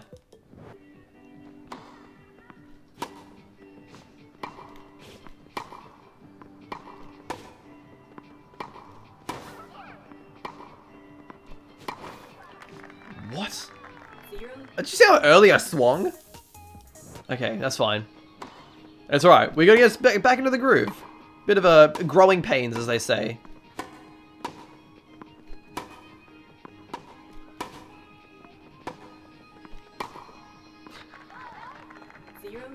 I literally went to look at chat, and then... Alright, let's not blame chat. Let's blame myself. I'm terrible at this game. You would think, playing tennis for 7 years, I'd be a god. And look, I was at one stage, but you know, you get out of practice sometimes. You get out of practice. What can I say? Do I have a Wii? I do have a Nintendo Wii. That was one of my first consoles, I want to say. Because all things considered, I am relatively young. So I did get a Wii when I was about like 6, 7. How was that in? Oh my goodness. Do I have a Wii U? No, I never got a Wii U, unfortunately. I was never really interested in it. As a bit sad because the Wii U, like, obviously, like, flopped as well. But yeah, I mean, my first, like, proper consoles were definitely, like, the Wii and the DS. That being said, you know, I would oftentimes go to friends' places, like, when I was, like, really young, and we play on, like, the Game Boy and everything. And, like, one of my childhood best friends had, you know, since he was the youngest in like a family of the youngest of like 3, and his brothers were quite older than him, their family had like an N64 and a GameCube, so I got to play a lot of, you know, N64 and GameCube games as well. It was really fun, like being able to play like you know, Mario 64 natively, or like Ocarina of Time, Majora's Mask. Because I also, you know, back on the Wii, I also, you know, oh Jesus Christ, I'm terrible. On the Wii, I also downloaded the Virtual Console, I bought the Virtual Console versions of like Mario Party, Mario 64, Ocarina of Time, Majora's Mask. Wow, that was a lot of rank that I lost just then. But yeah, no, it was really good. So it was great to just like genuinely be able to play these old titles without needing to like emulate them. And obviously, you know, when I got older, you know, I just emulate them. It's fine. And I also feel better. It's like, you know, it's like ethical because it's like, since you own the game, it's like fine to emulate it and like download ROMs of it or like dump it. But yeah. Volleyball? All right. Don't mind if I do. Here we go.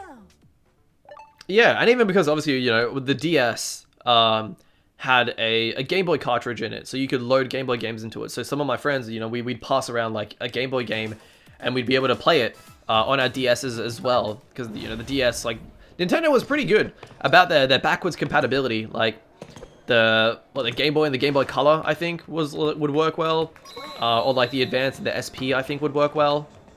And then you have like the DS and the Game Boy. You had the Wii and the GameCube. You had the Wii U and like the Wii and also the GameCube. Like the Wii U was technically a GameCube, but it was kind of locked off. And then the 3DS and the DS. Do I have a 3DS? Yes, I do.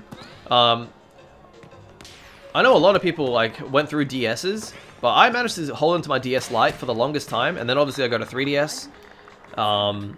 Yeah, played a lot of Smash 4 on it, played a lot of Pokemon. Was definitely a lot of fun. But I saw someone mention earlier, like my favorite childhood games, definitely like Smash Bros. Brawl for the Wii was up there. Pokemon Generation 4 was also just really, really good. Like Diamond and Pearl Platinum, Heart Gold and Soul Silver. What else do we have? We had the Zelda games as well, Zelda Twilight Princess and Zelda Skyward Sword. Those were like massive for me. Even on the DS, we had Zelda Spirit Tracks and Zelda Phantom Hourglass. Those were amazing. And yeah.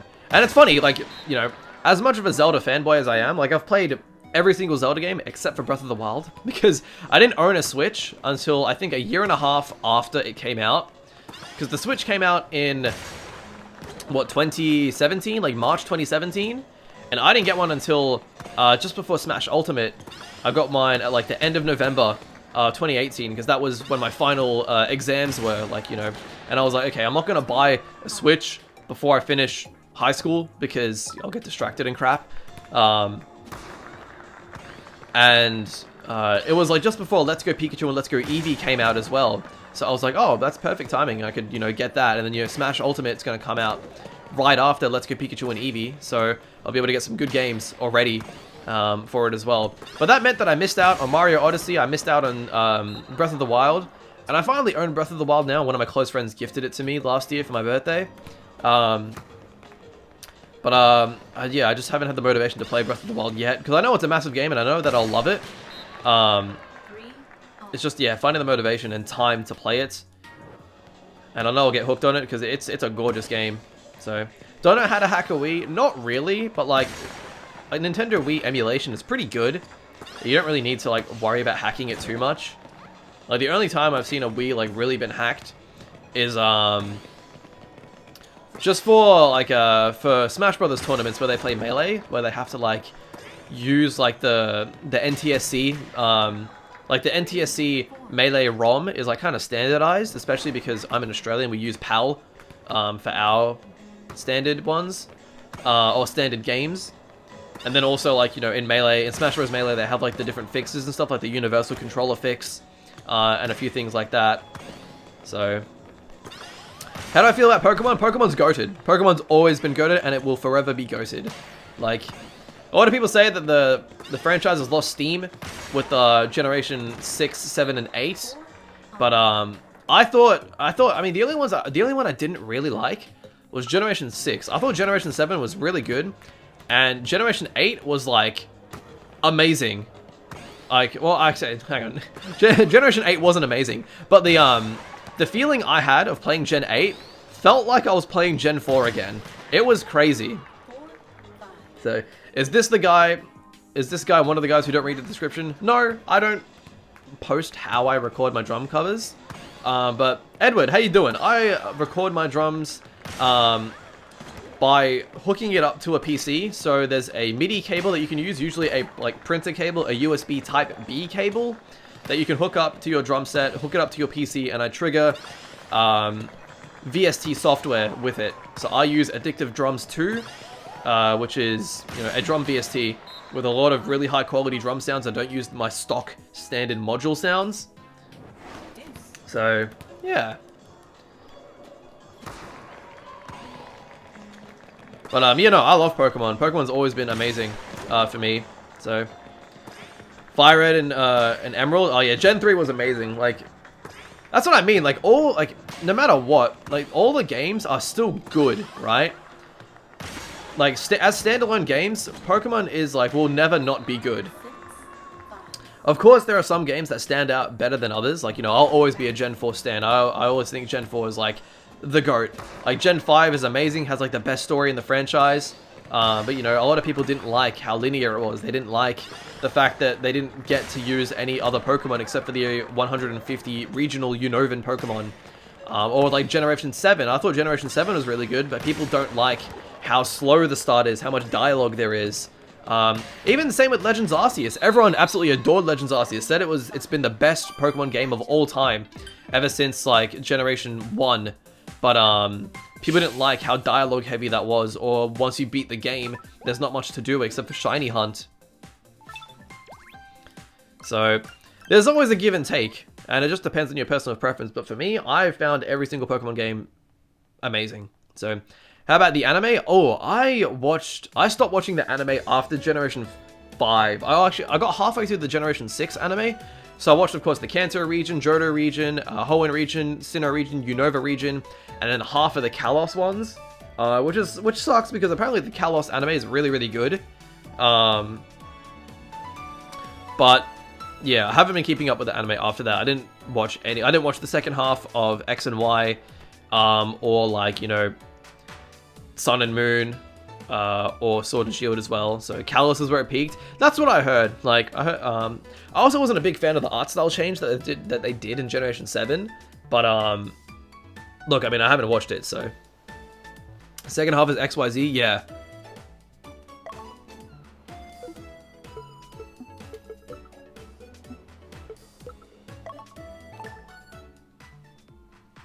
Alright, let's get back on the bowling.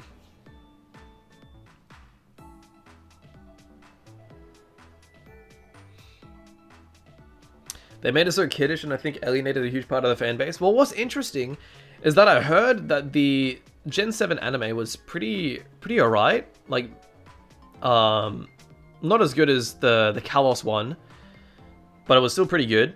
And then I heard Gen 8 apparently is really good. Like, yeah, I don't know, I've just heard really good things about the Gen 8 anime, so if I do ever get back into watching the Pokemon anime, I'm definitely keen for it. Especially because, you know, I'll be starting with, like, the second half of Kalos again, and obviously that's, like, you know, the peak, as people have said. Football. But yeah.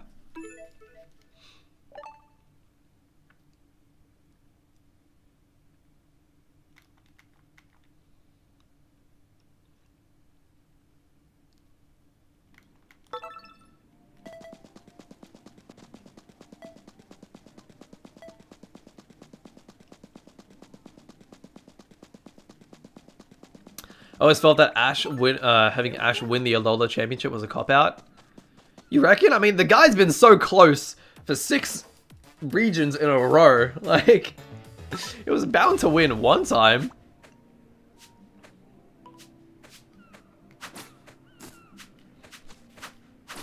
It's like, he got so close, and it's like, you know, I'm pretty sure in the Sinnoh one, he literally, like, had to play against fight against an opponent that was, like, literally cheating.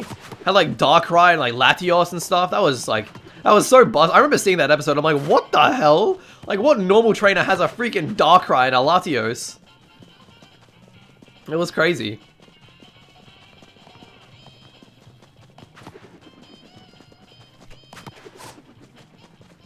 Like, this random schmuck just has, like, the Nightmare Pokemon and then, like, a legendary from the previous region.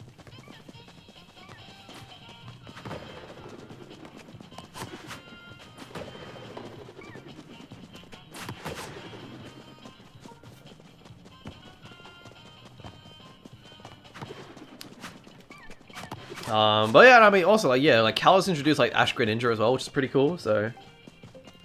In the lore, I'm pretty sure the legendaries are gods. Yeah, most of them are, like, gods. Like, Dialga, Palkia, Giratina, Arceus, they're all gods. Like, Kyogre, Giratina, what Giratina? Kyogre, Groudon, and Rayquaza are all, like, you know, gods of, like, the weather. Uxie, Mesprit, Azelf are, like, they make up the human spirit. Cresselia, like, is, you know, the keeper of, like, dreams. Darkrai is, like, the nightmare Pokemon. Swords of Justice, like, protect the Unova region, like Virizion, Cobalion, and Terrakion. Don't really know about Tornadus, Landorus, and Thundurus. I guess they're like another one of like the weather trio, similar to like Kyogre, Groudon, and Rayquaza. Solgaleo, Lunala. I don't know what the goal is with Solgaleo and Lunala. I think it's like they're just vibing. They're like Ultra Beasts. But like, you know, Necrozma is like the, like, you know, controls like the light world or whatever. It's like, you know, he's the light Pokemon. And then you have like the Ultra Beasts as well that are like pretty much just like Pokemon on steroids. Like they're just alien Pokemon. Like literally, what's his face? God, I don't remember. Why can't I remember the Pokemon's name? It's the other one that's not Pheromosa. It's, God, I'm gonna...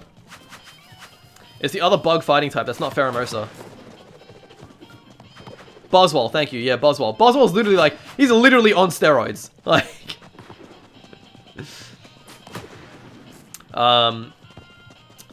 And then, what else is there? Like... Yeah, like, even the lore with, like, Eternatus in Sword and Shield, like in Generation 8. Like, Eternatus, you know, bring about the darkest day. Like, uses all of, like, brings, like, energy and is responsible for, like, all the Dynamaxing and Gigantamaxing that goes on in Galar. And then even, like, yeah, not Solgaleo, Zacian and Zamazenta are, like, you know, the heroes that, like, saved, Galar from the darkest day, like, 1,000 years ago or whatever it was.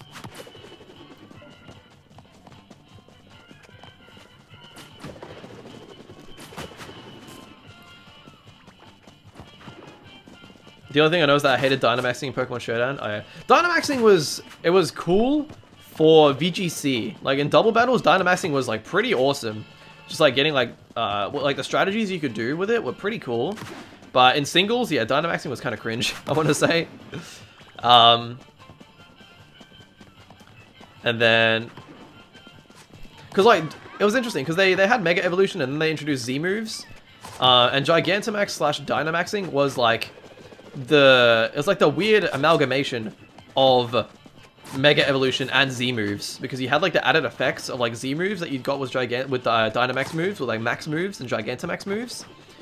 But then like Gigantamaxing also, you know, was the equivalent of Mega Evolution, where like Pokemon got new designs and they had special moves that they could use as well, like that other Dynamax Pokemon couldn't use. And then even just the lore with like Mewtwo, how it was like an experiment. Like Mew was this like super mysterious creature that eventually like, yeah, got captured and then was experimented on, and that's how Ditto came to be. It was just failed Mewtwo experiments, and then you had the actual Mewtwo as well. And then even like Celebi, which is like Dialga Jr., like the Pokemon of like time and time travel and everything. Lugia and Ho-Oh, like Ho-Oh with like the burnt tower and everything. And like Raikou, Entei, and Suicune, like just sort of being the descendants of like the burnt tower.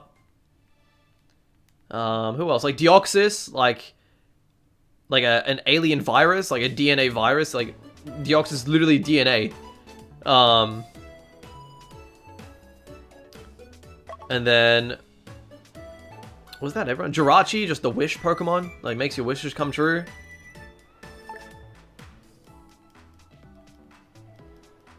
Like Pokeballs being made from acorns, it's cool. Oh yeah, like yeah, Kurt, like the apricorn, the Pokeball maker using like the apricorns. There's a lot of depth to Pokemon when you think about it, in terms of like the world building and the lore. It's really, really fun.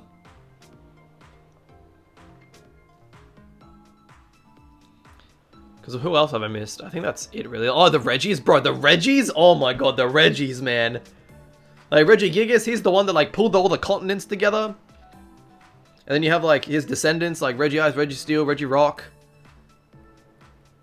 They're the goats. They're the goats. Genesect, which is like apparently another experiment from like Team Plasma or something. Which, like, you know, the theory is that like they took a Kabutops, and then they like experimented on it. That's how they got Genesect.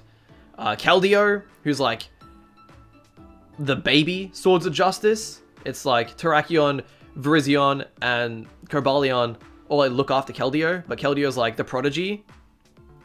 Heatran as well, yeah, just it was just, I guess, the god of like, well, I guess the protector of Stark Mountain. Reshiram Zekrom, the Truth and Ideals Pokemon. And then Kyurem as well. And like the three of them make the original dragon.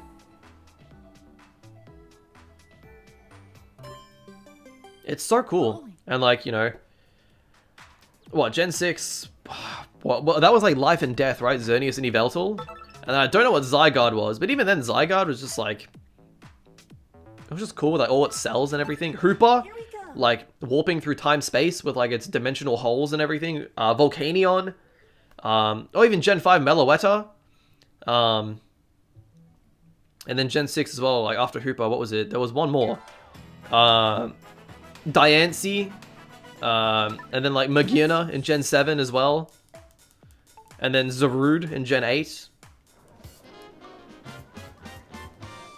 I really should watch a lot more of the Pokemon movies, because I don't really know a lot of the lore when it comes to like Volcanion, Diancie, Magearna, and Zarude. I don't know much of that lore at all. Shaman as well. Oh my god, Shaman is one of my favorite legendaries. It's so adorable, and just like the gratitude Pokemon. Like such a cool concept. What the hell was that? I did not spin it at all. Yeah, I said Yveltal and Xerneas. That do like Life and Death. And I don't know what Zygarde does. And then Gen 7, it was just, yeah. Oh, the Tapus as well. The Tapus, like Tapu Lele, Fini, Bulu, and Coco. How they're like part of like an original Tapu. And it's like, they're like the Tiki statues as well. Or whatever they are.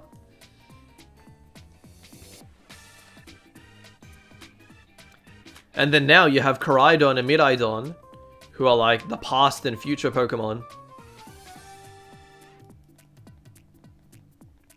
Are Pokemon the animals in the Pokeverse? Yes, though I think they do make reference to actual animals. Like animals exist, right? But Pokemon are like alternate versions of animals, because in Raichu's Pokedex, it talks about how it can kill an Indian elephant with like, it's like 10,000 volts.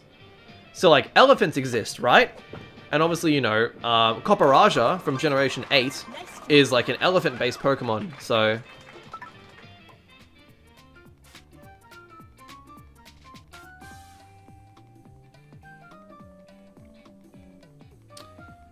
So yeah, it's a bit weird. I don't know. There's like, it's very inconsistent whether or not like real life animals do exist. Like just your average like, you know, non-superpower Pokemon, but...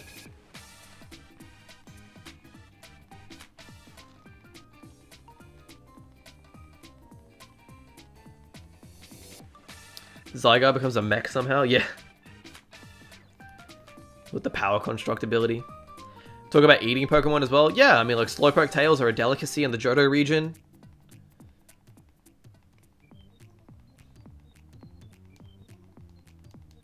But it is very funny, because a lot of the stuff, a lot of the Pokedex entries are very, like, over the top. It's like, here's Magcargo that, like, operates at 600 degrees Celsius. So you can't even get... So theoretically, you wouldn't be able to get near it, otherwise you just die. Or like other, oh, that was so close to being a strike.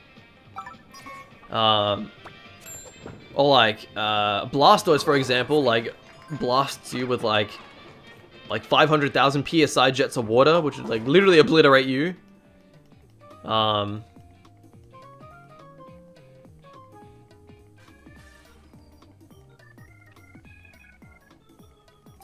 Who was the Pokemon with a black hole? Oh, Shedinja. Alright, yeah. If you look at the back of Shedinja and like the little like gap, then it'll suck your soul. Like a lot of the ghost types like, one of the ghost types will just like end your life. Like Drifloon, it's just like Drifloon like takes kids away because it's wholesome because Drifloon wants to play with kids and Drifloon loves kids, but it'll just take them away because Drifloon wants to play with them. Hypno is like a pedophile, like lures like kids into the forest, like literally in Fire Red and Leaf Green. I don't know if it was in Red, Blue, and Yellow, and Green, but I know in Fire Red and Leaf Green you literally do the Hypno mission where you find Lostel and she's been lured away by a Hypno.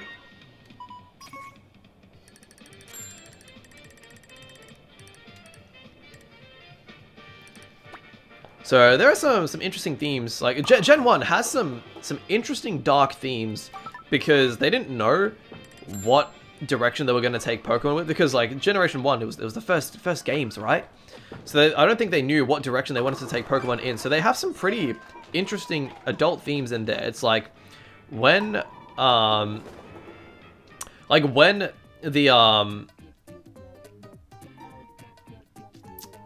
when Team Rocket take over the Sylph Company and you have to do that mission where you have to take out the Sylph Company. You have to take out Team Rocket in the Sylph Company in Kanto. There's actually like, it's inferred that a lot of the people, like a lot of the workers in there are like genuinely scared for their life, and some of them like, I think they imply that they want to commit suicide because they just want to like, you know, they want to like jump off the building or like kill themselves before like Team Rocket get to them.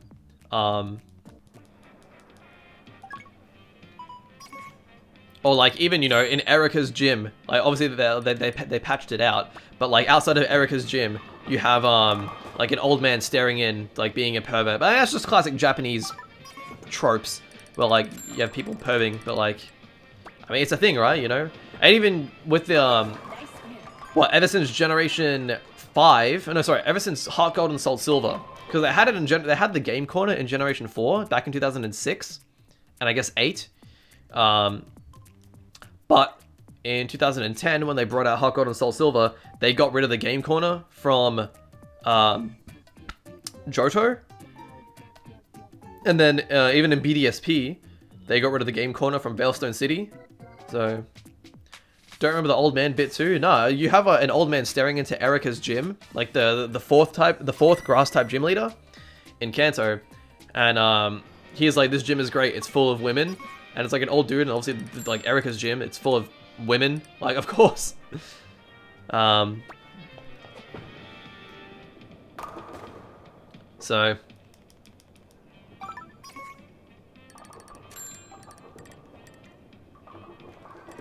it's like, there are some weird, like, mature themes in Pokemon, because obviously they had no idea what direct... Are you serious? Yeah, they had no idea what direction they wanted to take the series. And I guess by Gen 2, that's when they sort of adopted that kid-friendly thing. Because when did the Pokemon anime come out? Pokemon anime original date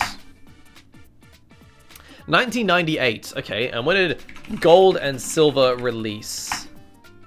1999. Okay, so that would have been in development before then. So it's like, because Red and Blue Gen 1 came out in 96, right? And the anime came 3 years later.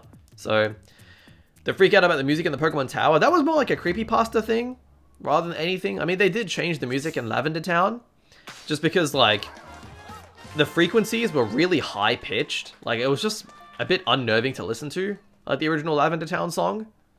But, like people, I think, I don't know how true it was that people got headaches from the music, but it could make sense, because it's like, you know, those frequencies and just like the way that the GBA sound font is, like with the way that the GBA sound font is, it can be a bit like jarring or a bit harsh to listen to at times. Like if I dump on, hold up, Lavender Town music, like listening to this, that constant buzzing in the back would kind of like get on your nerve, I reckon. Like it can be pretty, like, yeah, I don't know, harsh on the ears.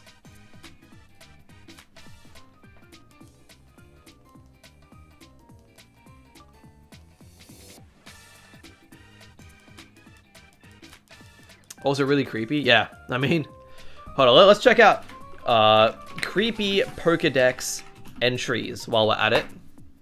Let's have a look at some of them. The scariest and creepiest entries in the Pokedex. Gengar. Should you feel yourself attacked by a sudden chill, it is evidence of an approaching Gengar. There is no escaping it. Give up. Just like, yeah, GG's man, life's over. Give up. Which do I think has the best music? I love Generation 4's music. I love the sound font of it. Like, the bass line in Generation 4 sounds so good. Generation 5 has an incredible soundtrack as well. Generation 8 has some really good music.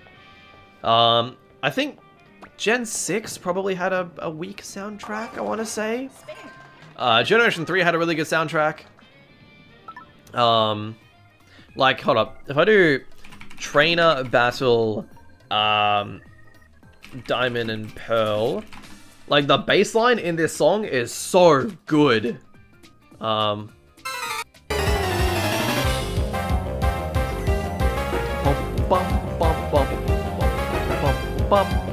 It's so good. That bass line is amazing. Hold up. There's another bit as well that's really good. Do you hear that bit in the band? It's so good. I love it, man.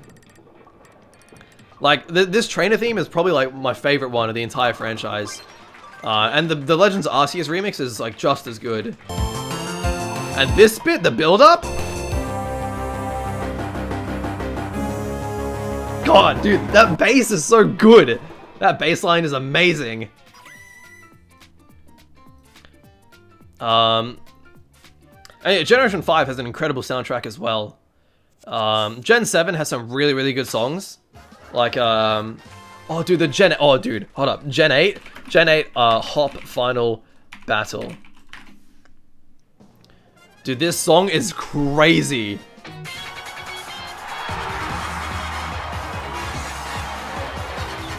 It's so good. It's so good. And then there's another bit where it's like, it goes into like this really cool like bossa nova kind of thing. This bit here, it's so good. It's so good.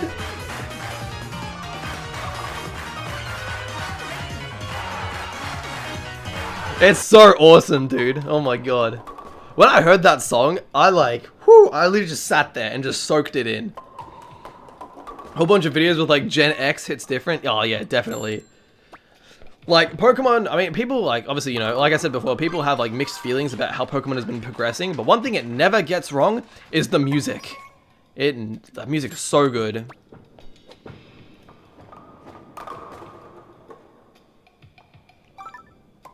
Alright, Gyarados in Pokemon Emerald is an extremely vicious and violent Pokemon. When humans begin to fight it, it will appear and burn everything to the ground with intensely hot flames. It's a water type! What? Like, I feel like it... Does it get Dragon Rage? I think it does, right? But my god. Burn everything to the ground. A water type. Look at that. The Giant Queen, 187. We winning out here. Houndoom from Pokemon Gold. If you are burned by the flames it shoots from its mouth, the pain will never go away. Isn't Mega Gyarados Dragon? No, Mega Gyarados is Water Dark.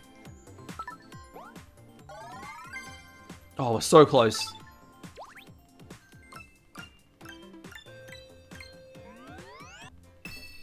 Tyranitar from Black and White. If it rampages, it knocks down mountains and buries rivers. Maps must be redrawn afterwards.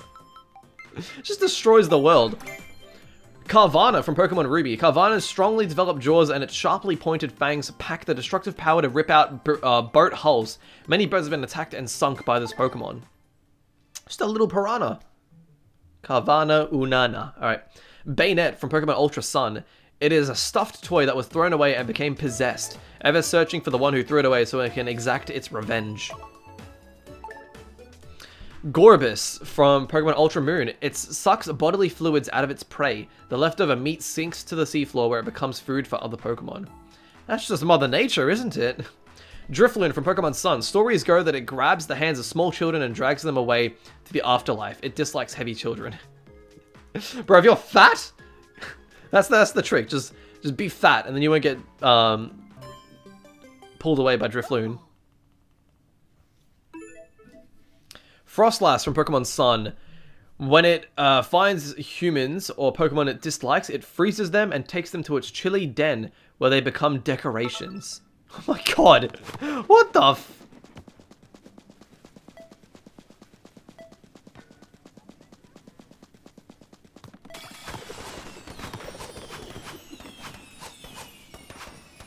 Gerda from Pokemon Black 2 and White 2. When with strengthened bodies, they skillfully wield steel beams to take down buildings. Thundurus from Pokemon Black. Here's some legendary lore. Countless charred remains mar the landscape of places through which Thundurus has passed. Yeah, he just runs through and just zaps people. Just boom, boom. He's Zeus. He's getting lightning bolts. Alright.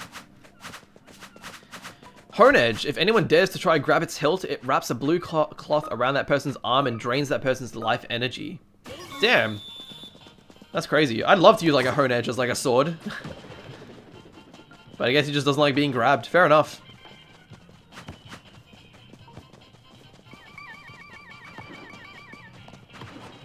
Oh, we're dead. Bro, what are y'all doing? And you have Gourgeist from Pokemon Y. It enwraps its prey in its hair-like arms. It sings joyfully as it observes the suffering of its prey. See, that's a sadist. Gourgeist? More like sadist. I don't know. I don't know where I was going with that.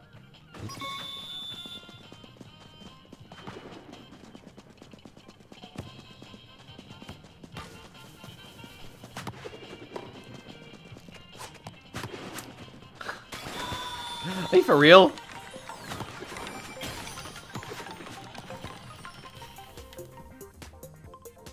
I literally alley-ooped him. That's crazy. Head up, top chat is default instead of live chat? Yeah.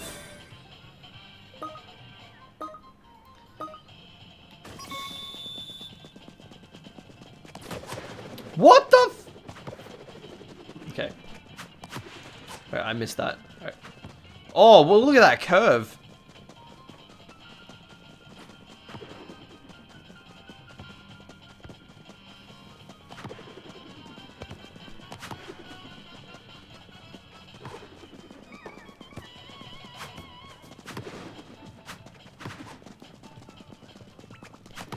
Nice. Nice. Okay, chance. Oh, the curve? Oh, too much curve, man.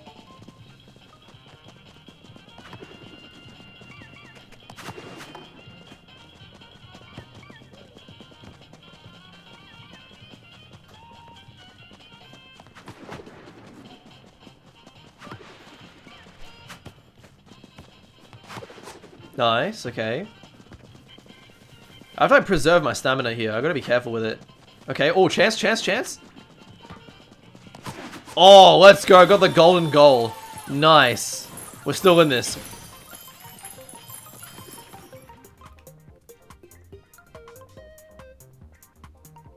It's kind of awkward because you can't really attack the ball because like you only have 3 other people and one person's usually defending. So you only have 2 people that's up there with you.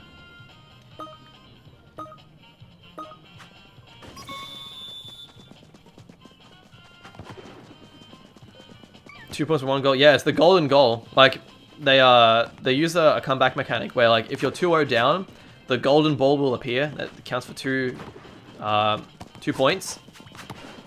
What the hell, man? This dude is crazy. He actually just dribbled around and then shot. That was crazy. This dude's a god.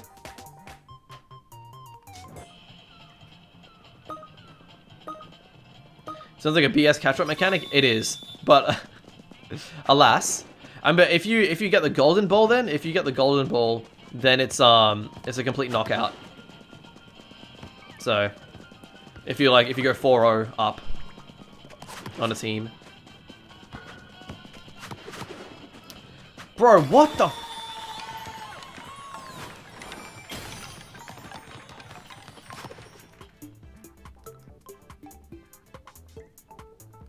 I hit the ball away, and then he hit it, like, after I hit it. Oh.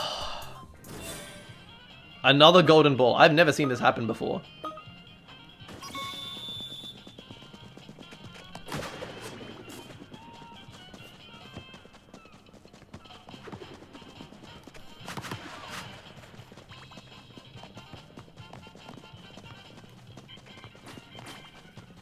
Why would you do that? You're wasting so much stamina.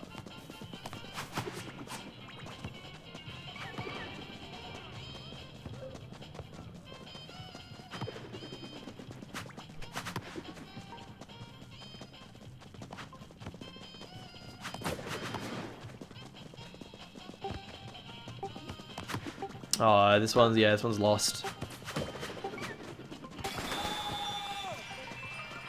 Damn. I mean, that was a solid game. God damn. Finish.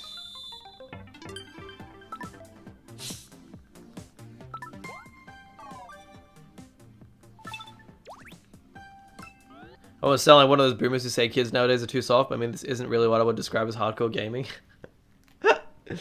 I think the concept of the golden ball in this version of football is fine. Only because, like, it's really, like, hard to play the game. Because you only have, like, 3 people on the field at once. Because one person's going to be goalie, and then you have 3 people on the field. So it's really awkward, because you don't move that quickly, right? It's like worse Rocket League. Nintendo Switch Sports Football. So...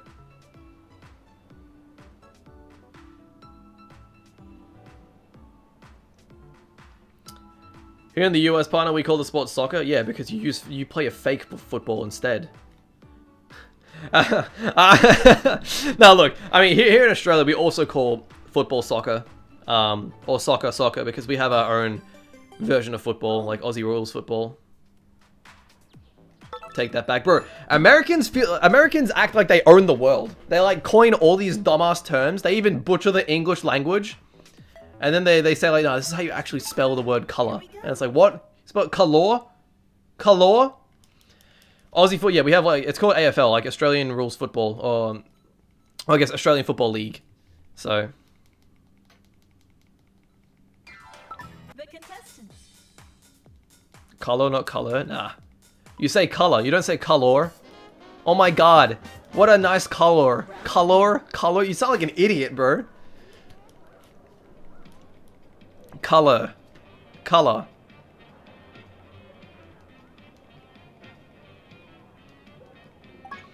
Alright.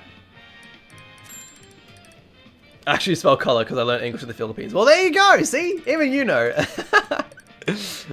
British, English, all the way. It's funny. Yeah, it is funny to me about.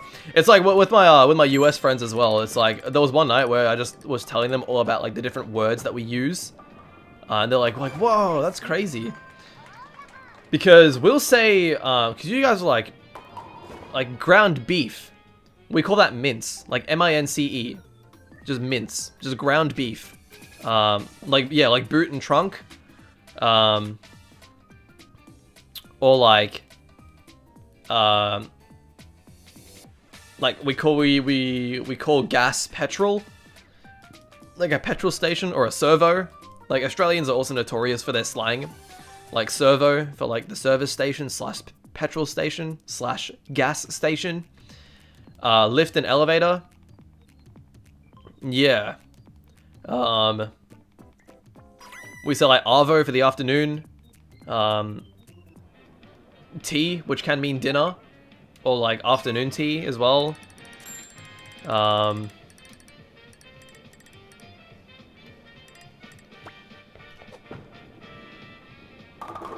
Oh, I was not expecting to get a strike there. That's insane. Yeah, it's like a cigarette is a durry, or like if you want to like if you're going out for like drinks, like I'll get on the piss. Or like a canned alcoholic drink would be like a tinny, or like a bottled alcoholic, like a bottled beer would be like a stubby.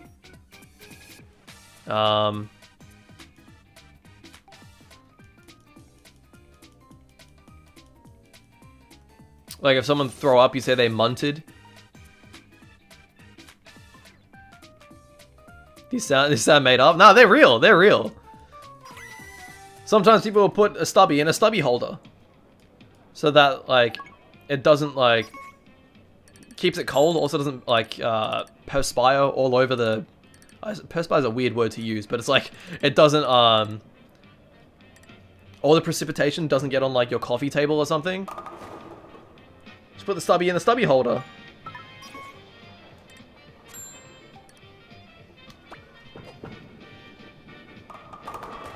There we go, got the split conversion. That wasn't even a split conversion. Aussie slang. Evaporation? Nah, because if it was evaporation, then it would just evaporate. So it'd be condensation. Not precipitate, condensation.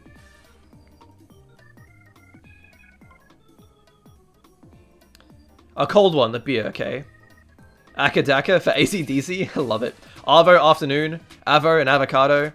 A bail to cancel plans. A Barbie for like a barbecue. Also, we don't say shrimp on the Barbie. That's like a thing that people have gaslit about, or like that have gaslit about Australian culture. We never say shrimp on the Barbie because we always call them prawns.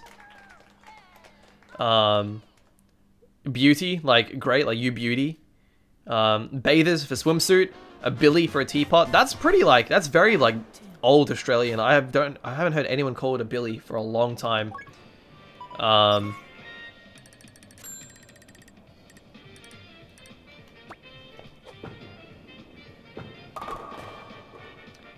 What else is there? Bogan?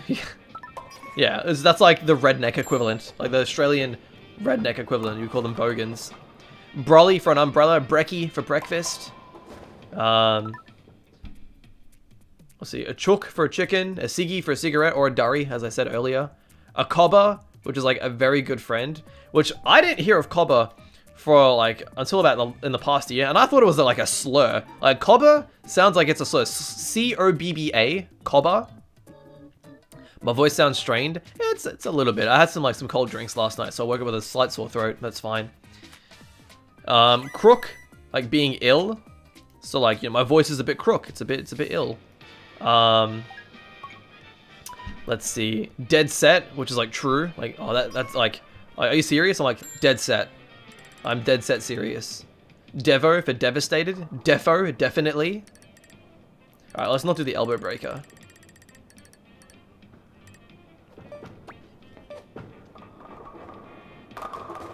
Oh damn, that was straight.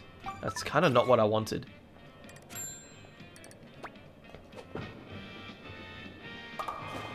Oh my goodness, really?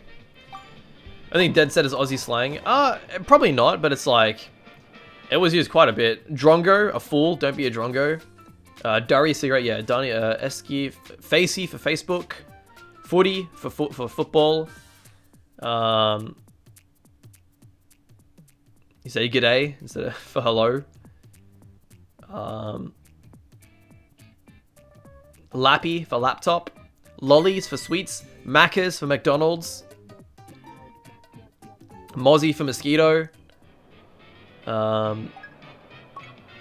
Pash, which means to kiss. Like if you like, you know, give her a pash, or you pash her.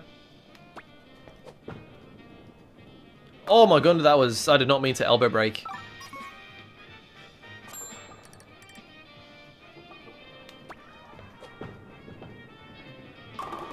Alright. At least you made it to round 2. Servo, like I said, service station. A sickie, so you take a sickie, a day off work. Skull, so like you skull a beer. Or skull like a drink, not just a beer. Smoko for a cigarette break. Straya, you know, back in Straya, mate. Australia. Struth, which is like an exclamation. It's like when you say when you're surprised, it's like something happening like Struth. Like what the hell? You're stuffed. You're tired. Like you're knackered. A bit up yourself, like you're stuck up. Whoop whoop, which means like the middle of nowhere, like you live in whoop whoop. Good game. Well, it depends on the context. It's like, you could come home from like work and be like, oh, I'm stuffed, man. Or like, I'm knackered. Most people would say knackered for tired. Like, oh, I'm so knackered. And then, well, we also use stuffed for full. Like, if you know, if I'm full, I will say I'm stuffed. So, alright, surely. No, we're so close. Yeah, lollies instead of like sweets or candy. We don't say candy. You often hear people say like, good on ya. Yes. Buggered is also another one for exhausted. Like, I'm buggered. Like bloody, which means very. Like, that's bloody good, or that's bloody crap.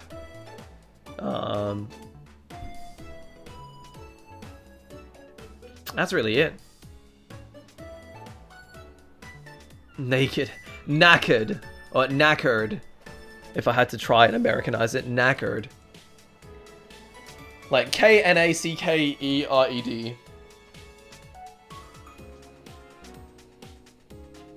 Was a lolicon then in Australia a guy that likes sweets? No.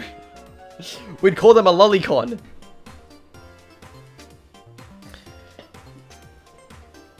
Like a lollipop.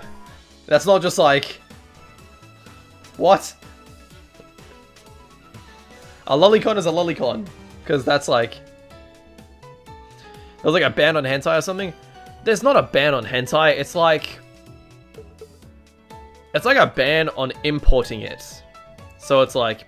You could probably still get... You could get it here. And you probably could still import it. But it's like... Certain places won't allow you to ship it. Or whatever, I think. Like a lot of the mainstream like hentai places or whatever, they won't allow shipping to Australia. But you can probably still buy it off like Amazon or something, right? And it's like certain like, I want to say like adult products. So, how do I know so much? Because I research. Because when I heard about this debacle back in like I want to say like 2019 or something. Can you get arrested for importing and customs customs find it weird? I don't know. I've never tried to, because I feel like the only time I would do that is if I actually went to Japan, and then like it would make sense to like bring over stuff. But even then, like I don't, like no one really buys. I don't know anyone that has bought like. Oh, I guess doujins count. Yeah, doujins are a thing. But it's like, yeah, I just feel like, you know, like hentai mags or just even just like pornography magazines just aren't a thing anymore. But like doujins are the one exception to that. Doujins are definitely the one exception to that. But it's like, yeah, if you want to like sex toys or something, you just get them here at your local like adult store. You wouldn't go and import them. But yeah. Anyway, look, it's been about 2 hours and 15 minutes. I think that's a wonderful place to end off for today. I've been really enjoying this conversation, honestly. Like, I always love talking with the chat, so big ups to you guys. Thanks so much for coming out. It's been an absolute joy. If you have enjoyed this stream, be sure to hit the like button down below. It really helps out your boy. Subscribe to the channel. Yeah, do all that good stuff. Join the Discord down below. Always great to just chat about any and everything. You can also contact me there if you want to just chat. Follow me on Twitter for just also random stuff that I post. Just keep it with my life every now and then. And, yeah, that just about does it. Catch us same place, same time next week. Actually, probably on the weekend next week instead of a Friday. But, yeah, look, hopefully I can upload some more content. I didn't really upload any content this week, but, you know, with like the birthday stream and everything, I think that is pretty much, I'm just waiting on like a copyright notice to like resolve itself, and then I should be able to post the drumming VOD, because that was a lot of fun. I was really happy, and it was just so much fun. It was like really successful too. It made my birthday really, really good. But yeah, that'll be it for now. Thank you all for coming out, and yeah, I'll catch you guys in the next stream. Take care, and hope you have a wonderful day.